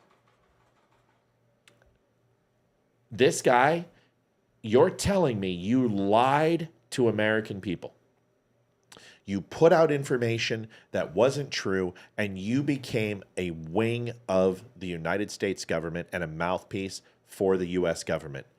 Weren't you supposed to break the mold? Weren't you supposed to be against the man? Weren't you supposed to be this hacker with you and Napster Boy, where you guys were anti-establishment and now you are the establishment? You can go ahead and pay me the $250,000 you owe me. You can go ahead and give me 2,000 users and make me the next Ben Shapiro. But in the end, you're nothing but a sniveling little cunt, and you always will be. So go fuck yourself. That's what I feel about Mark Zuckerberg. I hope he sees it. Next. Mike, what do you think about Mark Zuckerberg? I don't know him the way you know him, so I'm just gonna keep my mouth I want to keep my mouth shut on that and say you're absolutely right. That was a good answer. You can't handle the truth. You know what? Fuck him. I'll fight you. You're an MMA guy. You know Brazilian. You know what? We should do a celebrity fight. We should. He's like 5'7" and like 140 pounds. I literally have bowel movements bigger than him.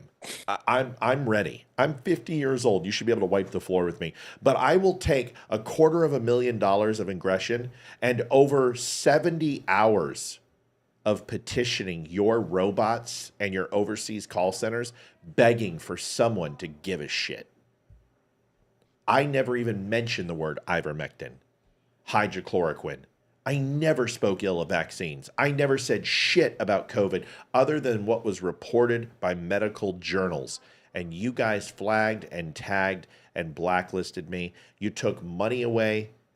You guys told me that because I put a picture of islands from 1880 to 1920 to 1986 to 2010 and showed the water levels, that somehow, with no tags other than the photographs, and you said that I was speaking out against global warming when I showed a fucking picture.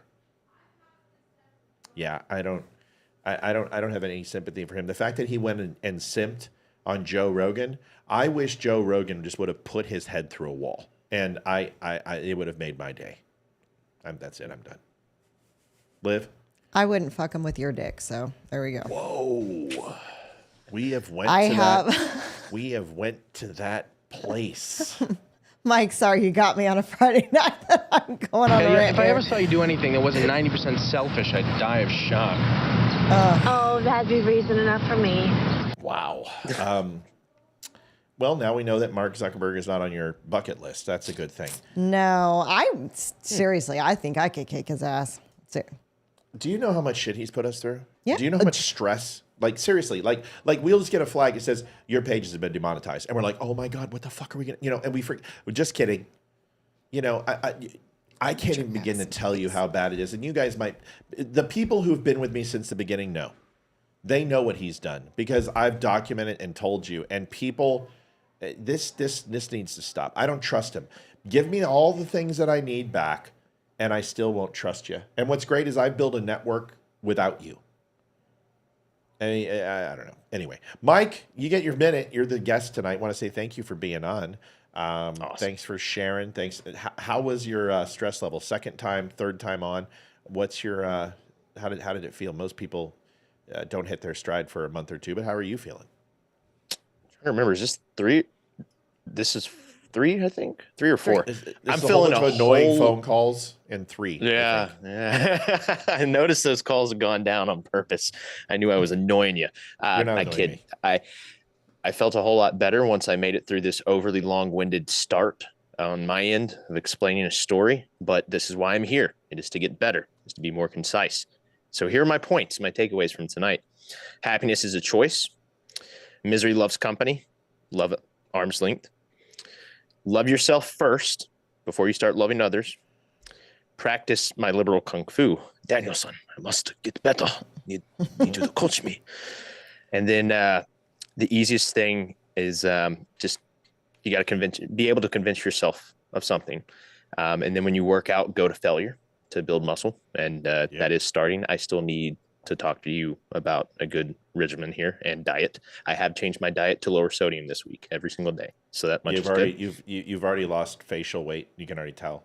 Not that you had any weight, but it was puffy last time. No, it wasn't. Puffy. No, dude, you're a rail. You need to eat. You need to eat a lot of protein, and you need a lot of carbs, and you need to make sure that you stay in a calorie deficit. We'll talk. Eat between the hours of 12 and 6. And pretty much anything you want. Fasted cardio in the morning, 130 mile an hour targeted heart rate, uphill, run for 30 minutes, brisk walk. Put it on the highest elevation you can, and then lift, push at least 60,000 pounds of workout. That's it. Yeah. And 60,000 pounds ain't nothing.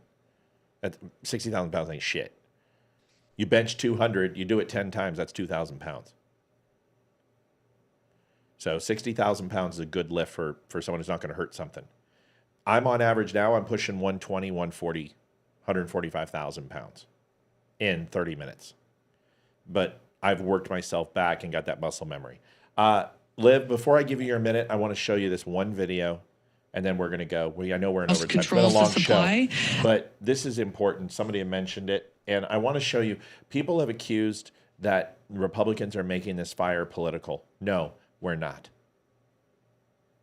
Politics happen to be involved in this. But that doesn't mean we're making it political. Listen to this. This is important. Sorry for using the C word earlier, by the way. Does the city of Los Angeles fail you and your department and our city? It's my job to stand up as a chief and exactly say, justifiably, what the fire department needs to operate to meet the demands of the community. Did they fail you? That is our job, and I tell you, that's why I'm here. So let's get us what we need so our firefighters can do their jobs. Did they fail you? Yes. Chief Kristen Crowley, I believe the anchors wanted to ask a question. Yes, had some comments. We do, Gigi. If you could please ask her regarding the Times article that came out that the Santa Ynez Reservoir was closed to repairs and it was empty. 117 million gallons of water could have been used in this fight. The question is about the Santa Ynez Reservoir being empty. There's been a lot of questions about that. Sure. So my stance on this is when a firefighter comes up to a hydrant, we expect there's going to be water. We don't control the water supply. Our firefighters are there to protect lives and property and to make sure that we're properly trained and equipped. That's my position on this. So if there's no water, I don't know how the water gets to the hydrants. Please defer that to DWP or whomever controls that part. But I can tell you the resiliency of our firefighters, if there's no water, they're going to go find water. They're going to figure out a way to do the best they can with what they've got in a very dynamic situation. And I know you expressed concerns that those DWP hydrants would not be inspected thoroughly because of the budget cuts. That is something to discuss, and we're going to look into that in regard to how we can ensure there's going to be water when we need it. I'm going to tell you right now, I'm going to end on this, and then Olivia's minute, is that you all need to get ready to fund her GoFundMe account.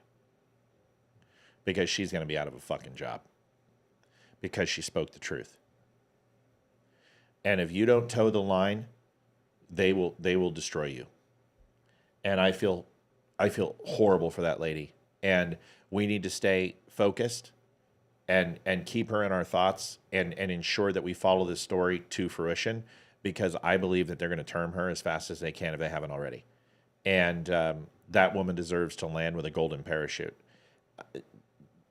Continue to watch, because I will be shocked if Newsome doesn't see this and have her fired. Liv, take us out of here. You're 1 minute. Yep, couple things. One, I am looking forward to the days when people make posts about Jesus or a picture of a cross or anything like that they don't get put in Facebook jail for 30 days. That has happened way too many times. Absolutely ridiculous. Yeah. Mike, this is for you.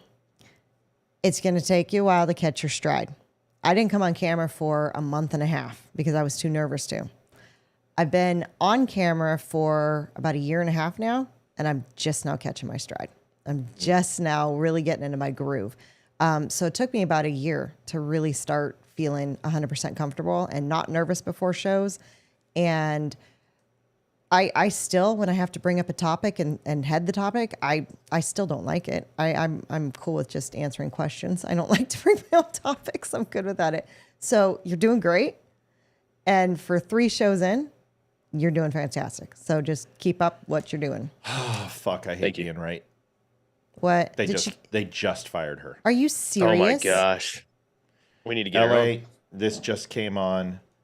It was updated at 21:51 Eastern. So that was 8 minutes ago. LA Fire Chief Kristen Crowley was called in to be fired by Mayor Bass. How in the world is she going to fire her when she's in freaking Africa? But claims she still has a job. What? Hold on, let me read this. To be fired. She was going into the meeting telling everybody goodbye because the whole purpose of the meeting was to fire her. She was summoned into the meeting. It was direct purpose to fire her. Whatever happened at that meeting, minds got changed. I promise you, Crowley said, I will fucking speak out. I will dump everything I know, and I will rail against you for all time. I will run against you. Something, I'm telling you, watch this. That something needs to happen right there. But yeah, Daily Wire just reported that she went in to be fired, but Daily Wire does this with their titles. That's why I just read it. Oh my God, they fired her. It's on all the news articles. Watch it, because I'm telling you, they are going to get rid of her. And I would be shocked if she's not running for office at some point. Liv, anything else? No, that's it. Thank you for everyone that donated. Really appreciate it all. I would love to have her on the show. Listen, we need help. So let me ask you guys, if you have the ability, you know someone who needs to be on the show, get them on the show. We love that. We've got some reoccurring people. We've got some things set up. But if you know somebody who wants to be on the show, Mike, including your friend, that's fine. That's green lit. Just let Olivia know. Good. We're good to go. I'm already in contact with them. Good. We want people on the show. That's what we want to do in 2025. We want to do a lot more interviews. And we got to try to find a way to get in touch with her, because I want to hear out of her lips what is happening. But I don't think she'll have a job for very much longer. She spoke out against them. You don't speak out against politicians without getting payback. So, Mikey, you did a great job tonight. Proud of you. Keep it up. We'll see you next Friday, yeah? Yeah, absolutely. If you'll have me. Somebody's got to. Your sister doesn't even like you. We'll figure it. No. Oh, that's horrible. I know, man. Love Everybody gets hit. You're the FNG, so just get used to it. At least I'm not him anymore. I'm not the bottom of the totem pole. So you're gonna get yours. I'm the bottom, but not on this show. Oh Jesus. Oh yeah! Oh yeah! I do love that movie. Oh God, that was so good. Oh, now Mike's like the third wheel right now. I know. Good night, everybody. Do you want me to hold the camera? Where do you want me to stand? See you guys Monday. Bye. Bye. With your hosts, Matt, Leroy, Amy, and Olivia. Geopolitics, military analysis, and election coverage. Coming to you live on all major social media channels at The Dumb Show. Honest, direct, unfiltered. We can agree, we can disagree. Just don't unfriend me.